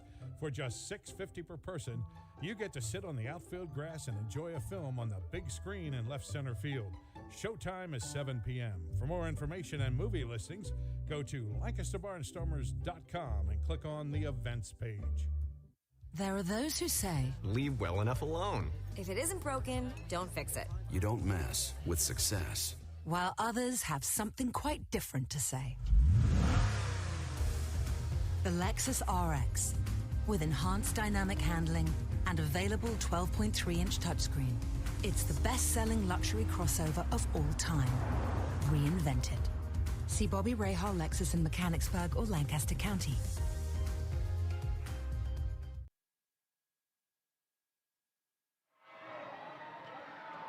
Through 6, it is 12 runs, 10 hits, 3 errors, and Lexington has stranded 10.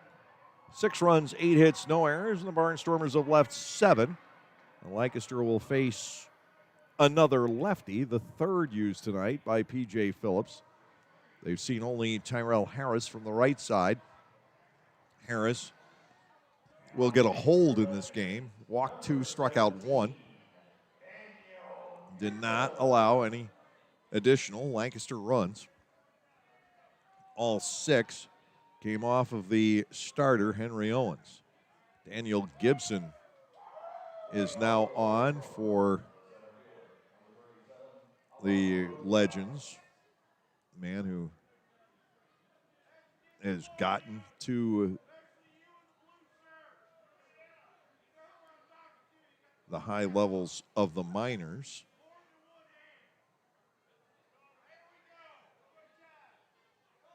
Out of the University of Florida, the pitch outside and low to Alejandro De Aza. Ball 1 and no strikes. He got to AAA. Did Gibson with the Arizona Diamondbacks. He's also been in this league with High Point and Sugar Land previously. The left-hander ready to go, and De Aza will take a strike on the outside corner. It's 1-1. De Aza 0 for 2 with a walk and a run scored. Alemond will follow, and then we're likely to get a pinch hitter for Donald Goodson. 1 ball, 1 strike to start the 7th inning. The left-hander is ready. Gibson to the plate. De Aza swings and misses. Make it 1 ball and 2 strikes. The Barnstormers looked like this for a while on Sunday, and then all of a sudden came out and exploded for the 7 runs in the top of the 9th inning. There was a lull once that game got to 14-3. Barnstormers did hit the back-to-back home runs in the 7th from the bottom of the order. Ball 2 is low and outside to De Aza. But after the Barnstormers scored the 3 runs in the first inning, they went 5 straight innings without scoring on Sunday. They've gone 2 right now. 2 balls, 2 strikes. De Aza lets it ride. Ball 3 is outside and low, filling the count. 3 balls and 2 strikes. On a chilly night in Kentucky. You know what we had last night? We had Elvis last night. We had a cold Kentucky rain. That's what we had on the way in here. 3-2, and De Aza stings it fouled on the left side right through the Barnstormers bullpen and up onto a small berm out there. Alejandro continues at 3 balls and 2 strikes. We're not going to get tonight's game in under 3 hours either. Payoff pitch to Alejandro De Aza is strike 3 called on the outside corner. Gibson slipped it across. De Aza can't believe it, but you can't fight City Hall. The plate umpire Christopher Wood has nothing to do with it. 1 out. Third baseman Blake Alemond will step in. 1 out of 3, a double and a run scored for Alemond here tonight. He had one of the big hits in that 5-run Barnstormer 4th inning that gave this game so much promise. Blake now bounds a foul past Ross Peoples. Devon Torrance is out in the on-deck circle. He will bat in the pitcher spot, the former DH spot. No balls, 1 strike to Alemond. Gibson ready to bring it home, and he delivers a strike. It is 0-2.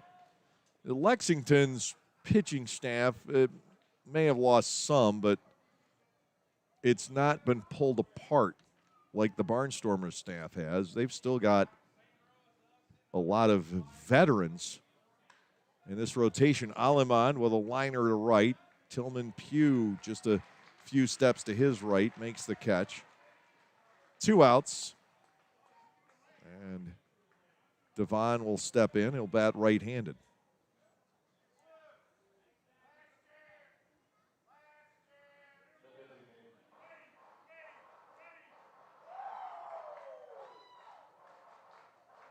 There are some younger players on this team, certainly. We all have them. 2 outs. Here's Devon Torrance. Bases are empty against Gibson here in the 7th inning. The lefty will spot his fastball in the zone. It is 0-1. Gabriel Moya continuing to throw in the Barnstormers bullpen.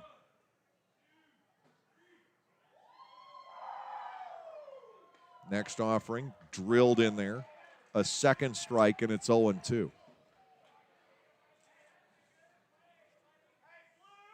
If everything were to come together, you get Lakin and Shirley healthy and Nate Reed in, the Barnstormers could suddenly be off to the races simply because all you need is 3 solid starters and 3 back-end guys.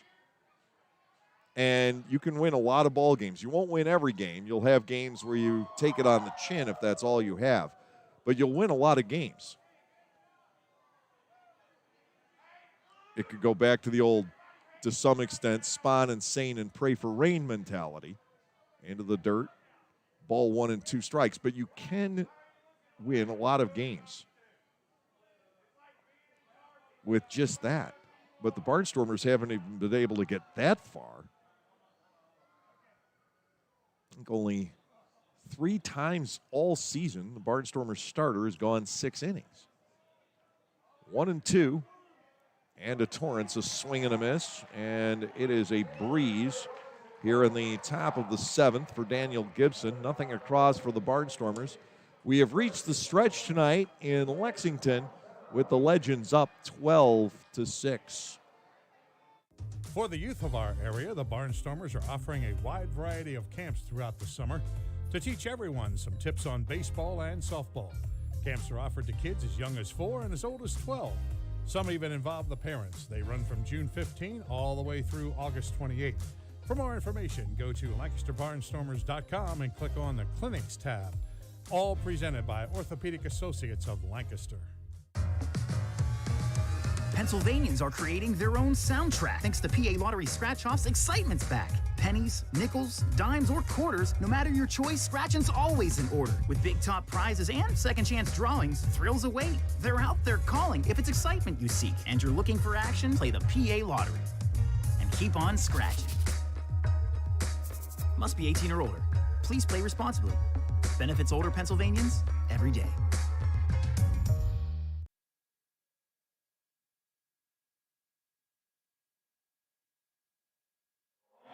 The Barnstormers go to the former Minnesota Twins left-hander, Gabriel Moya, for the bottom of the 7th inning. And again, it's a testament to how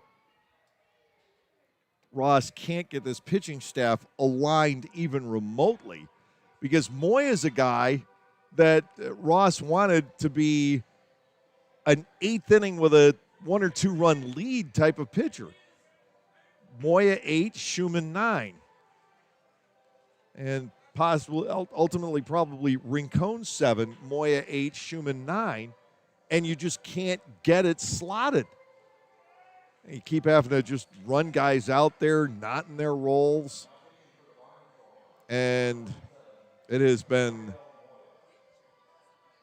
a test for Ross. Augie Silk got through 4 1/3 tonight, but he threw 122 pitches. He was out of gas. Donald Goodson got through an inning and 2/3, but Goodson had an incredibly rough night. 5 hits, 5 runs, 3 wild pitches.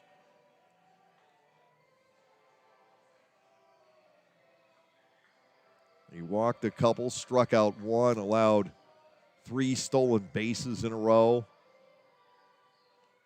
Throw goes through from De La Rosa and Keon Barnum,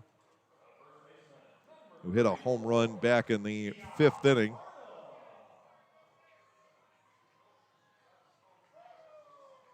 That I believe landed, let me get the directions straight here. That's probably almost due east where he hit that ball. So we'll figure it came down somewhere in North Carolina. It was an absolute monster off his bat in that 5th inning. And he's got that kind of power. Power that wouldn't even be necessary at Clipper Magazine Stadium. I mean, he has clear the fences in Sugar Land easily type of power from the left side. Moya ready to face him.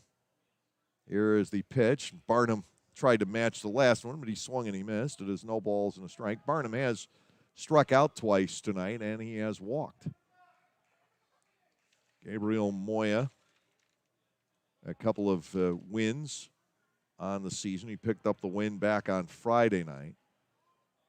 He gave up the grand slam in the 8th inning to Mazzilli on Sunday afternoon. He's back out there tonight. And again, it's not when you would want to use a Gabriel Moya in a game. Breaking ball to the outside edge. He has Barnum 0-2. But you just can't get it lined up anywhere near the way you would want it. Pitchers need to be in their comfort zone roles. 0-2. Moya breaks it outside, ball 1. It's why some guys make good closers and some guys don't. The stuff is only part of the equation. The mental makeup is the other. And why those guys who are closers, if you throw them into a game where it's a 5 or 6 run lead and they need to get work, they're terrible. A 1-run game, they're in their comfort zone and they know just the mentality. They know just what to do. Here comes the 1-2 pitch. Hopper, long bounce played by Mercedes, and that is a rarity tonight. A ground ball to the Barnstormers infield. Just the second. 1 out here in the bottom of the 7th inning. And that brings on the pitcher's slot. And we're going to get another entry into tonight's ball game. This is Sam Claycamp coming in.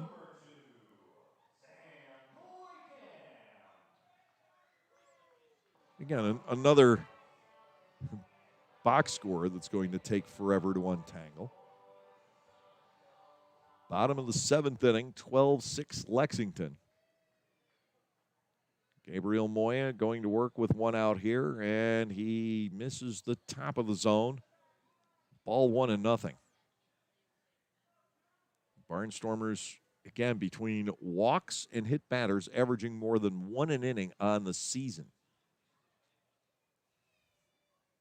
And it's just a ton of ingredients that have gone into this stew. It's not a 1-ingredient pot at all. Ball 2 is high, 2-0, and Moya paces around behind the rubber. We have 1 out, nobody on in the bottom of the 7th inning. Lexington has scored the last 9 runs in the contest. Moya comes back. He is on the inside corner here for a called strike. It is 2-1. The way this game is going along right now, we actually have a chance to get this one in under the average amount of time. 2-1, fouled at the plate, 2-2. And I just doomed us to be here till at least 11 o'clock by opening my lips and mentioning the time. 2 balls, 2 strikes on Claycamp. The on-deck batter is the catcher Romansky. Moya peering in, getting the signals from De La Rosa. Here is the 2-2 pitch, off speed, ground ball toward the middle. Mercedes behind it. He'll throw from near the bag at second, and he's cut down his second in a row. Nice outing for Moya thus far. 2 outs, and Romanski to the plate. He's crossed the plate on 3 occasions tonight, 2 out of 3.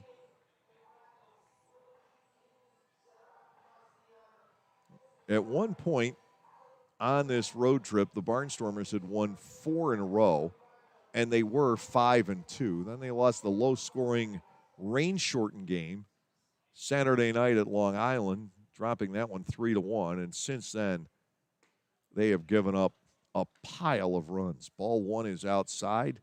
It is 1-0. They've been outscored the last 2 games 30-19. And they haven't given up that many hits. They've only given up 23 hits. But, oh, the walks. 1-0. Swing and a miss as Moya pulled the string rather nicely. 1 ball, 1 strike to Romanski. 12 walks tonight, and there were 9 on Sunday. That's just too many free passes. Another lefty warming up in the bullpen for the Legends. Coming your way from Lexington Legends Park. First time ever. 1 ball, 1 strike. The Moya pitch slides past the inside corner. It was probably high also. So it is 2-1 on the number 7 batter, Jake Romanski. 2 more days on the road. The Barnstormers will be back home starting Friday, and they'll be home for 21 out of 25. And we won't leave town. You can't get rid of us.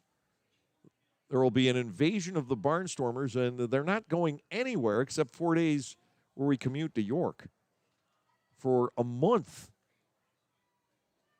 3-1, just short of a month, 4 weeks. 21 out of 25 at home over the 4th of July holiday weekend. The Barnstormers will be in York, and that's the only break in the home schedule. And you can watch Barnstormers baseball 25 games in a 28-day span. Fouled away, 3-2 here on Romanski. Of course, we'll be with you the entire time on the YouTube channel, sponsored by Gockenauer Appliances of East Petersburg. There's a lot of baseball coming up, a lot of action at home. 3 balls, 2 strikes, 2 outs. And as I peer out toward the time and temperature clock, it's now 56 here in Kentucky. 3-2. Payoff pitch from Moya, just nicked foul as Romanski fights to keep his turn at the plate alive.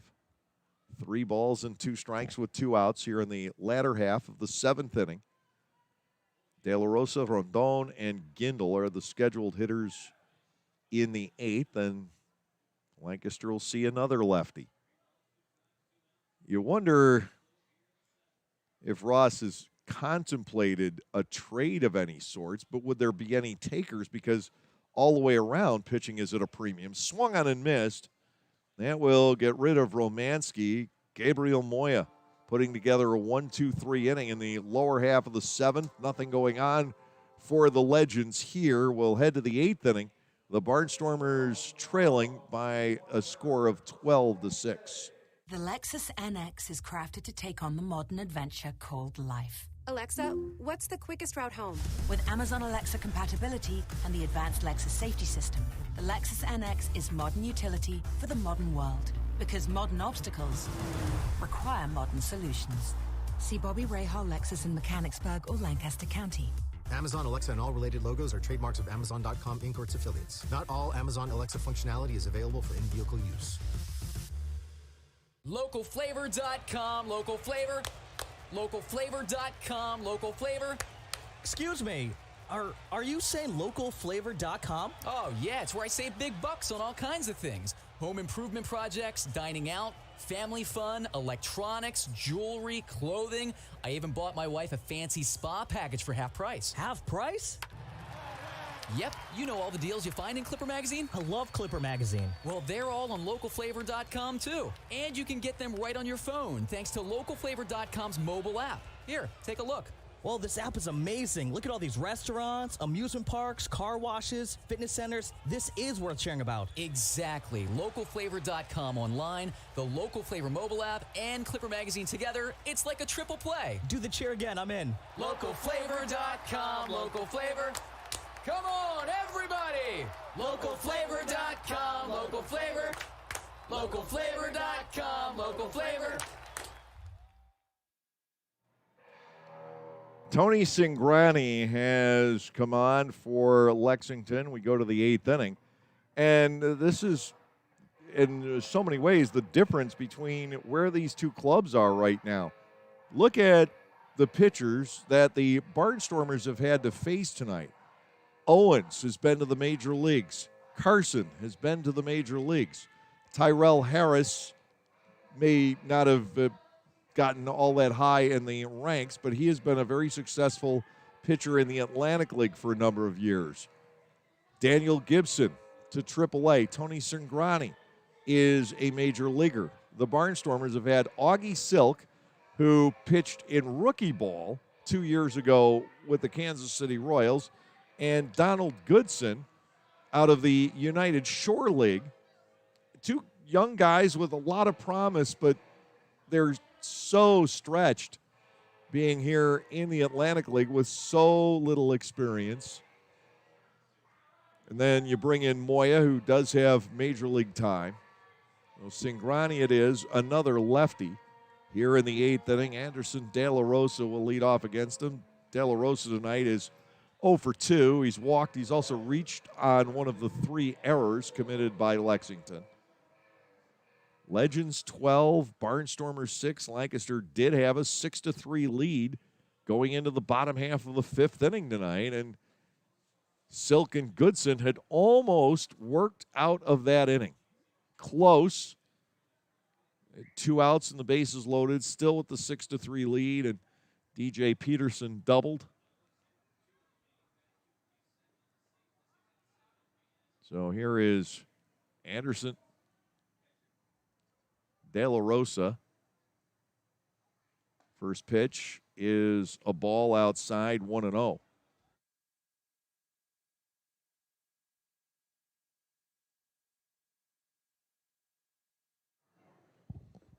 $22.64 the crowd tonight here in Lexington.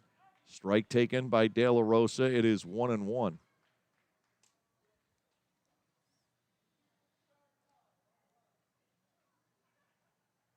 Defense back in the infield. The outfield not terribly far back.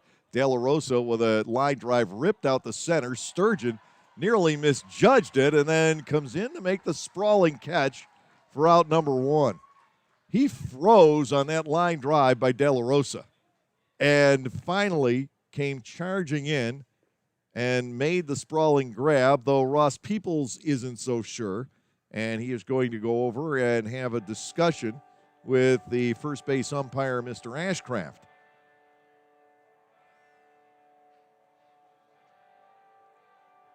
Ross trying to explain his point. Now he has at least gotten far enough to have the umpires confer.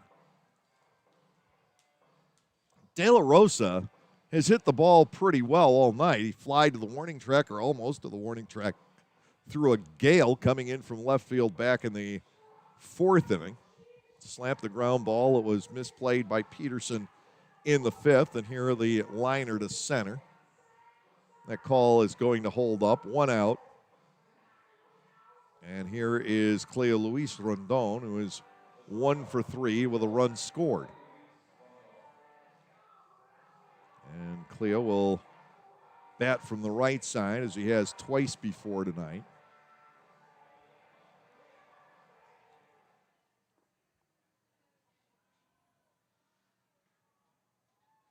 Top of the 8th inning with 1 out, nobody on. Last 5 Barnstormers hitters have been retired. Gibson faced 3, struck out 2 last inning. The last Barnstormer hit was a single to the opposite field by Kelly Dugan back in the 5th inning. We're in the top of the 8th, 1-0 now on Rondon. And Cleo Luis hits a pop-up foul out of play down the first base side. 1 ball and 1 strike the count. Chatora tomorrow against, I am told, J.J. Hoover, a longtime Cincinnati Red who's just been signed. Nice to have all those connections to one organization. Well, Barnstormers have had different ties over the years. And now mostly the Brewers, still some with Oakland. A lot of the Barnstormers have come out of those two organizations. We get beaten to the punch. Ross's ties to the Mets don't count. He's trumped by Wally Backman. 1-2 pitch, ground ball right side and straight at Barnum. 2 up and 2 down here in the top half of the 8th inning. Caleb Gindel will check in. Somerset used to have all the ties with the Yankees through both Brett Jody and Sparky Lyle and geography. And they would get a lot of one-time Yankees players in there. And then you've got people like Jamie Keefe who seem to have tentacles everywhere. 2 outs. Gindel started the night with a towering home run to right field. One of his 2 hits. He singled home a run in that very exciting chain of base hits in the top half of the 4th inning. Things were looking rosy for a while there. 1-0 pitch. Cingrani misses with another and gets to 2 balls and no strikes. 12-6, Lexington leading. Top of the 8th. Lexington took the lead with 2 outs in the bottom of the 5th and just didn't look back for a while. Gindel looks at ball 3 outside and low, now 3-0. We're on the verge of the 20th walk of the night. Of course, we've seen as many as 35 in a game this year. Gindel waits on the 3-0. Cingrani to the plate. That is outside for ball 4. Caleb tosses the bat away. The Barnstormers have had base runners since the last hit, but no more hits. Walk number 8 is picked up. Here's Melvin Mercedes, who's such a tough out. He's walked twice and singled tonight, has a stolen base. Basically, it's another night at the office for Melvin this year. The pitch spins him around for a ball, 1-0. We won't have an all-star game this year because of the shortened season due to the pandemic, but if we did, Mercedes would be a lock. 1 ball and nothing. Outside 2-0. To be hitting in the 380s, have drawn all these walks, 7 stolen bases, knocking in runs, and the fact that he's made only 1 error all year, well, that's quite a season in progress. Melvin will look at a strike here. It got the edge. Gindel, the runner at first, and nobody cares. They're not holding him on at all. Barnum is well behind Caleb. Left-hander ready to go. Mercedes fouls the next offering to the screen. Scoreboard reads 3-1, but it is 2 balls and 2 strikes on the Barnstormers' second baseman. Blake Galen waits on deck, and just like Mercedes, he's walked twice and singled tonight. The Barnstormers down by half a dozen. 2 outs. Gindel, the runner at first base. Mercedes with a swing and a miss at a fastball. So Cingrani strikes out Melvin. No runs, no hits, no errors. 1 man left. We will head to the bottom of the 8th inning here in Lexington. The Legends still up by the score of 12-6. You can enjoy a night at the ballpark and help out the United Way of Lancaster County. All you have to do is spend 3 hours as an usher during a Barnstormers home game, and the ball club will donate $20 in your name to the United Way program of your choice. Be a friendly face, have fun, and raise money for your favorite local charity. To sign up, go to the LancasterBarnstormers.com website and head to the community link, and we'll see you at the ballpark. When everyone has a different craving, Wegmans Meals to Go has it all. All right now, all in one delivery. Pizza with the kids' favorite toppings. A delicious sub made the way you love. fresh sushi for the whole group, and so much more. It's how busy people get busy eating the meals they love. Order on the Meals to Go app or at mealstogo.com to make everyone happy. Wegmans Meals to Go.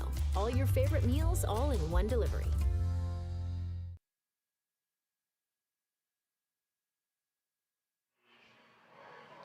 The Barnstormers make some changes as we head into the bottom half of the 8th inning now. Moving to third base is Nick Schumpert. He will bat in the 7th spot in the order. And if you're following along closely, that might give you an indication where this is going. Blake Allemond has shifted from third across to first. Now you have even better of an idea where this is going. And now on the hill for the Barnstormers as we go to the bottom of the 8th inning is the guy who's second on the ball club in saves, Blake Galen. Galen with that magical save, picking off Darian Sanford on the Sunday afternoon, June the 6th against the York Revolution.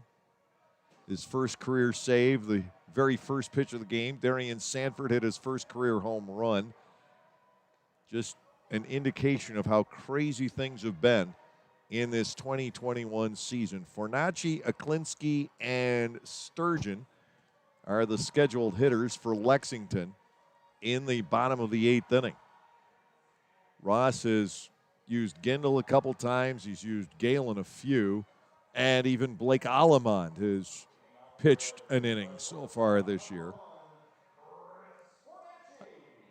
Now that Allemond is filling in first base, he may have everything covered, and I would have to double-check this, but I think he's played 7 different positions now this year. I think he's been in both left and right. I know he has because he did it in the same game.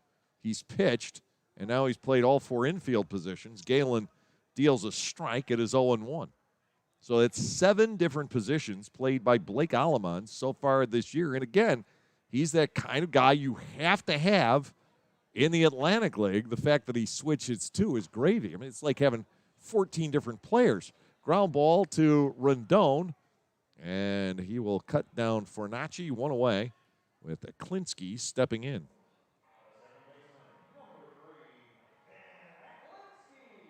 Aklinski has walked twice and singled tonight. There's a lot of that going around. There have been only 18 hits in the game tonight. The hits have really gone away the last 2 or 3 innings. Galen will go to work, line drive, and that one is handled by Schumpert, but it staggered him. A wicked liner off the bat of Ben Aklinski. Schumpert holds on, but wow. That pretty much bowled him over. 2 outs.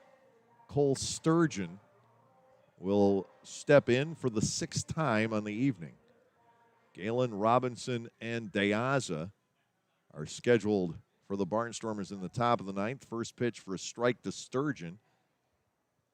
It is 0-1. Galen had a win in AAA a couple of years ago with Oklahoma City. I remember that. Now, drive down the right field line. Way back it goes, and that is fair.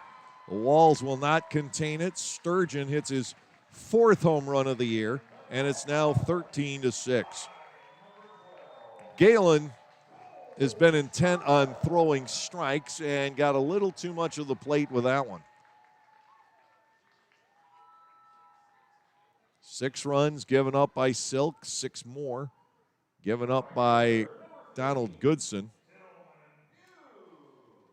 And now Galen is touched. Gabriel Moya pitched a 1-2-3 inning in the bottom of the 7th inning.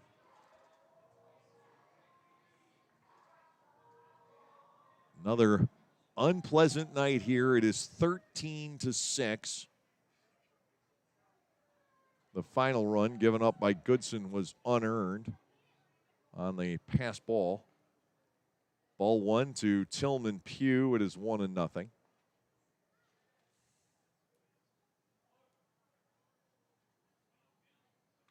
Foul ball back, 1-1. This was just a garden variety home run. Hit by Sturgeon. Nothing anywhere close to the one hit by Barnum back in the 5th inning. Good grief, that thing was hit. Swing and a miss. Galen fools Pugh, and he's got him at a ball and 2 strikes. This will save another arm out of the bullpen for tomorrow anyhow. Lancaster down by 7 here in the bottom of the 8th inning, and that is hammered out the left field. Robinson will have to play it deep on one hop. Pugh is aboard, and it brings on DJ Peterson. 2 outs here in the 8th inning. Galen just trying to get the 3rd out of this 8th inning. And then you either have the relief that the night is over for the pitching staff and the guys in the field, or some crazy rally like we had the other day at Long Island, and then you can get all excited again. Pickoff throw to first base, and Galen gets another one. Aleman chasing down Tillman Pugh. That's the second guy Galen has nabbed this year. The last one ended a game with a victory and a save for Blake. This one just ends the bottom of the 8th inning with 1 run, 2 hits, no errors, nobody left. We're headed to the 9th with the score Lexington 13 and Lancaster 6.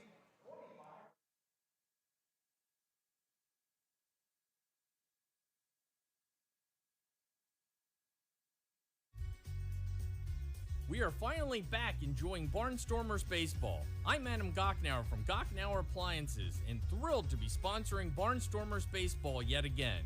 We also wanted to thank all of you for your incredible support for our business during the pandemic. We are so happy to still be here helping you with the best brand names and the best prices of major appliances in the area. Enjoy the game, and we will continue to service you now and into the future. Gocknauer Appliances in East Petersburg and on the web at gocknauers.com.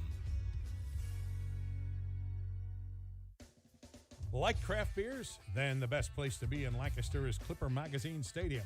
That's right, celebrate baseball or just a night with your friends at the Broken Bat Deck down the right field line.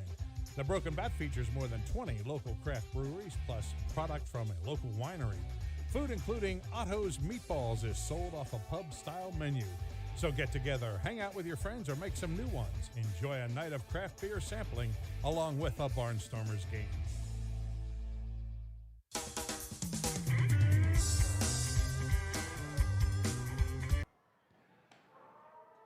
13-6, the Legends over the Barnstormers. We go to the top half of the 9th inning with Galen Robinson and De Aza scheduled. And we have the 6th pitcher used tonight by P.J. Phillips. His starter only went 3 2/3 innings. He has used some veteran relievers, and now we get right-hander Brian Quillens in for the 9th inning. Quillens is just 25, which is youthful generally in the Atlantic League. He is 6'2" and 180 pounds, hailing from Austell, Georgia. The Barnstormers will attack him with the 3, 4, and 5 hitters. Quillens is in his 5th game. And that is what you want to do with these younger guys. You don't want to have them in there night in and night out. He has given up 2 earned runs on 3 hits over 4 innings. He's walked 1, and he has struck out 2. Blake Galen, the Barnstormers pitcher now, will step in against him. Galen is 1 for 2. He's walked twice, has an RBI single. He has stolen a base. We have one pitcher with a home run this year, Yoel Espinal. What can Galen do against Quillens here in the 9th inning? The right-hander ready to go, and a fastball to Blake is low. Ball 1, no strikes. Play is in the top of the 9th inning.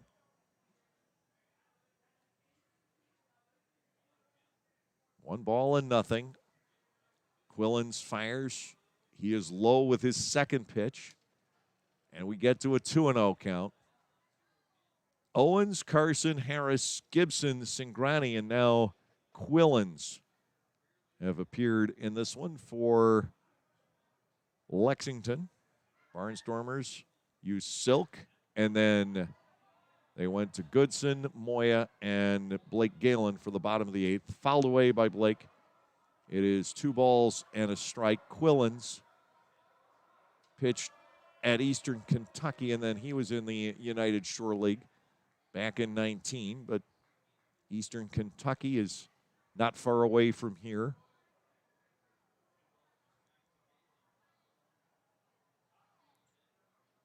The Ohio Valley Conference. He was there 2017, 2018. Ball 3 is low now on Galen, 3-1. He appeared in 3 games. He started 3 times for the West Side team in the United Shore League. Again, it's a 4-team league in Utica, Michigan. They all play at the same ballpark.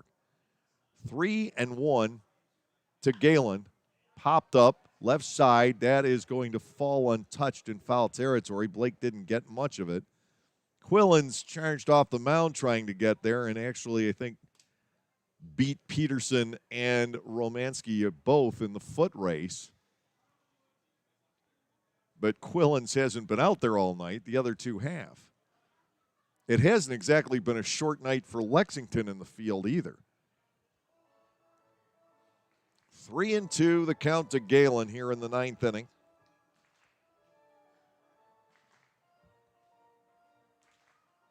Gindel has knocked in 2 tonight. Mercedes 1. Galen 1. Dugan has an RBI. 3 balls, 2 strikes.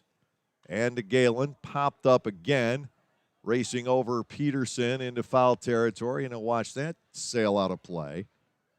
Blake Galen battling at 3 balls and 2 strikes, leading off here in the top of inning number 9. Fresh off what is, in reality, another pickoff. Pugh realized he was a goner going back to first, and he took off for second. 3-2 to Galen. Quillens ready to go. The right-hander will fire, and Galen gets ball 4 high and inside. He has walked for the 3rd time in the game. Barnstormers have drawn a whole bunch of walks. They haven't been able to generate any power off the bats since really the 4th inning. Dugan had the hit in the 5th. Since then, the Barnstormers have picked up 4 additional bases on balls, but no more hits. Down 13-6. Galen's on to start the 9th. Here is Robinson. Trayvon with a swing and a foul to the left. It is 0-1. Robinson doubled to dead center field back in the 1st inning. But he's hitless since then. 1 out of 4. And he has made the final out in those other 3 innings with runners in scoring position. 0-1. Robinson nicks it foul at the plate. He trails 0-2. Brian Quillens in his 1st inning of work here tonight. Eastern Kentucky University, by the way, is located in Richmond, Kentucky, which is down the interstate from here, at least according to the signs. 0-2. The count to Robinson. Diaz is on deck. He's hitless. 0-2 to Trayvon. Switch hitter batting left. He looks at a fastball wide. Ball 1 and 2 strikes. Now, if the Barnstormers can keep this inning going a little bit longer, we'll actually get to that average time of game for a 9-inning contest. We're only about 5 or 6 minutes away. 1-2. Here's the pitch. Robinson backs out of the way. It's 2-2.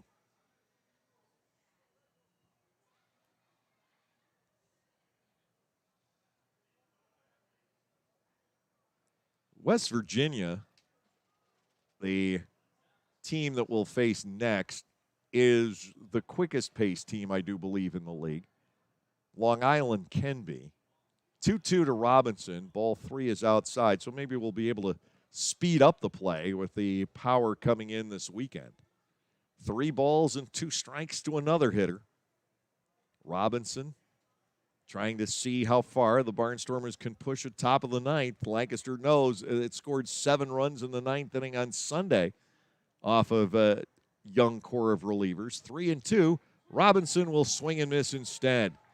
He is down on strikes.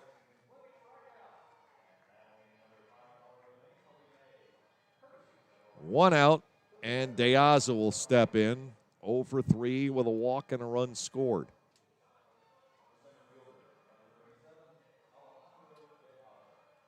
Blake Alleman, now the first baseman in the game, waits on deck. The Barnstormers had the 7-run ninth inning the other day. They had 6 hits in that inning, some for extra bases. To De Aza, a swing and a miss. It is no balls and a strike. Well, Quillen has battled back, but he's still gotten to a pair of 3-2 counts. He lost one. Galen aboard with the walk. He struck out Robinson. De Aza will try to add to the inning here for the Barnstormers. It is 0-1. Right-hander Quillens to the set. The pitch, De Aza with a ground ball to second, and it is kicked. They'll chase it down toward the bag and still never find the handle. Klinsky unable to handle what, in all likelihood, was a game-ending double play ball. The Barnstormers, with runners at first and second, as Lexington is guilty of its 4th error. That'll bring on Blake Alleman. Nick Schumpert waiting on deck. He's now the 3rd baseman. That could have, should have ended the game. But instead, Klinsky can't find the handle. First and second with 1 out to Alleman. Quillens locates the outside corner for a called strike. It is 0-1. Quillens would love to give the infielders another chance to end the ball game here. No balls, 1 strike to Blake Alleman. The next offering, down and in. That makes it 1-1.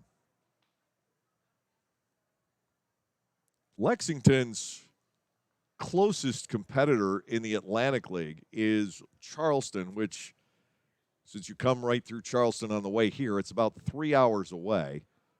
1-1. Alleman lets it go, and ball 2 is up for a 2-ball-and-1 strike count. It's a few hours from here to the other Southern Division foes, High Point and Gastonia, several hours, and ultimately about 12 or 13 to Long Island out of here. Alleman looks at ball 3 off the outside corner. It's 3-1. The Barnstormers without a hit since the 5th inning. But if they start to knock some out here, we're going to have ourselves a ball game again. 3-1. Alleman takes the second strike over at the knees. It is 3-2, and yet another full count. Galen aboard at second. De Aza is on at first. 3-2 due to Alleman. Quillens working out of the stretch. He'll bring it, and he'll walk him. Ball 4 is high. The bases are loaded. The second walk now given up by Quillens. Nick Schumpert will be the Barnstormers hitter. The Barnstormers making noise in the 9th inning again, just as we saw on Sunday. Somebody will have to deliver a big base hit. Schumpert is hitting at .261. He is 6 out of 23. 2 doubles and a run batted in. The pitch, cut on and missed. Fastball challenging Nick. It is no balls and a strike. I saw Schumpert earlier today. Then the next time I saw him, he was coming out of the gift shop here in Lexington because his family roots are in Kentucky. Outside for a ball, 1-1. He grew up himself in the suburbs of Denver, but his father, Terry, is from Kentucky. Of course, a longtime major leaguer with the Rockies. 1 ball and 1 strike, and he seemed like a little kid coming out of the candy shop at that moment. 1-1, bases loaded, 1 out. A ball and a strike from Quillens to Schumpert, and Nick has to skedaddle. That one almost hit him. 2-1. On deck is the Barnstormers catcher, Anderson De La Rosa.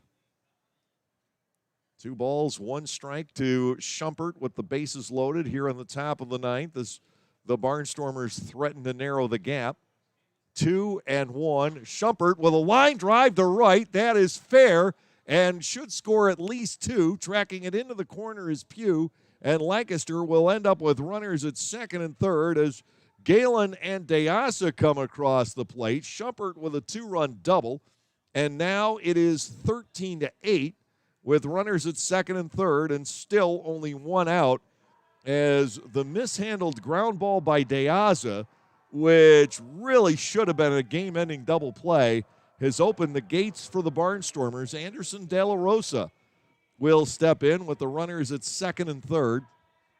That is a couple of runs charged to Quillins. You can't assume a double play, so one of those runs is earned.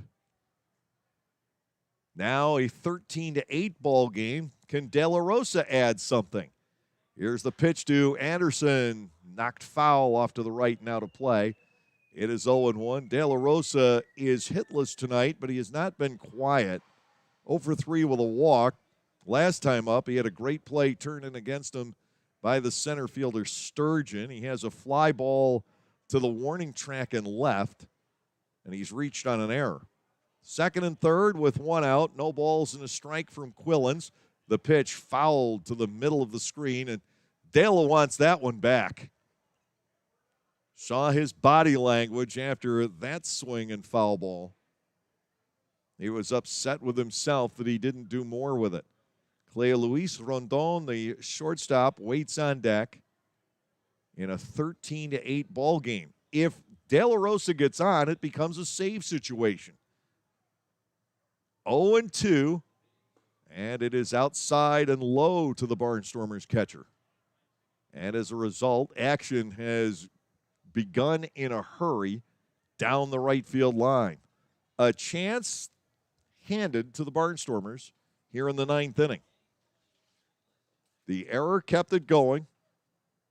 Derek Self, their closer, is the guy loosening up. He's a right-hander.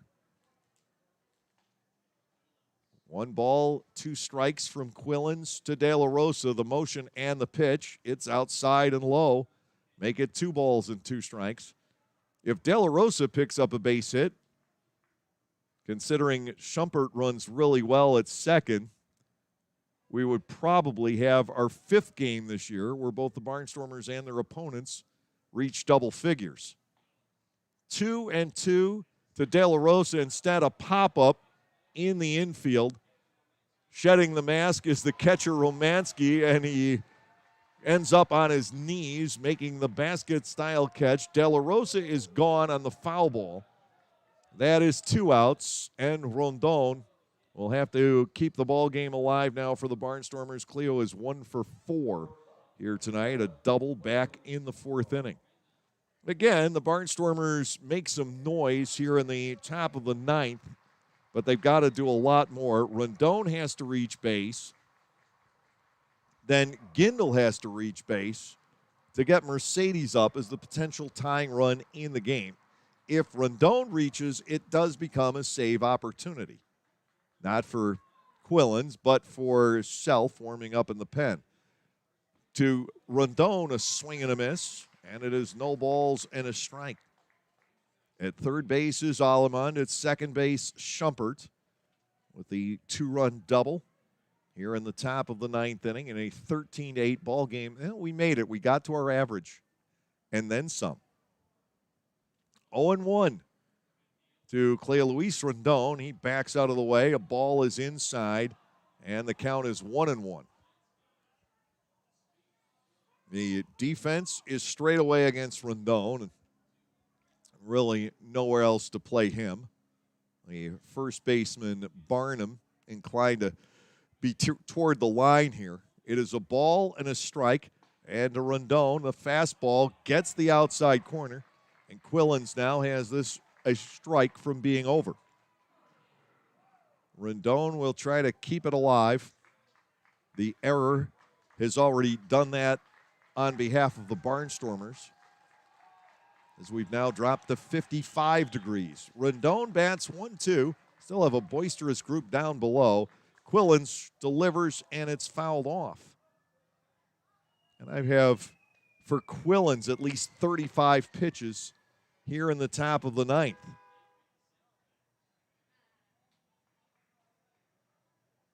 The Legends had been at various times with Houston and Kansas City in the minor leagues. Kansas City now is out of Wilmington also. They're in Columbia, South Carolina with one of their 8 clubs. 1-2. And to Rendon, another foul. Cleo's being stubborn. A 5-run deficit. A ball game that has taken, again, in excess of 3 hours and 40 minutes following a 9-hour bus ride. And Rendon is putting up this kind of a battle. Second and third, 2 outs, 1 ball, 2 strikes. Quillins peers in, again, getting the sign from Romanski. 1-2, and to Rendon, breaking ball stays inside. 2 balls and 2 strikes. The fans can boo all they want, but Christopher Wood has nothing whatsoever to do with it. 2-2, the count on Rendon. Allemond up the line from third. Schumpert leads from second base. Quillins again ready to go. Here's the motion and the pitch. Rendon gets a piece. Cleo is going to force everyone to miss a late dinner. 2 balls, 2 strikes with 2 outs. This has been some at bat for the number 9 hitter this late in the evening. 2-2 again to Rendon. Quillins looking to nail it down. Here is the pitch. Rendon starts the bat. He went too far, says the third base umpire, Darnell Ray, and the ball game is over. Quillins ends it with the strikeout of Rendon. 2 runs on 1 hit with 1 error, and the Barnstormers strand 2 in the top of the ninth. We'll be back with a brief recap of tonight's game in just a moment. The final score, the Lexington Legends 13 and the Lancaster Barnstormers 8. Localflavor.com, local flavor. Localflavor.com, local flavor. Excuse me, are you saying localflavor.com? Oh, yeah, it's where I save big bucks on all kinds of things. Home improvement projects, dining out, family fun, electronics, jewelry, clothing. I even bought my wife a fancy spa package for half price. Half price?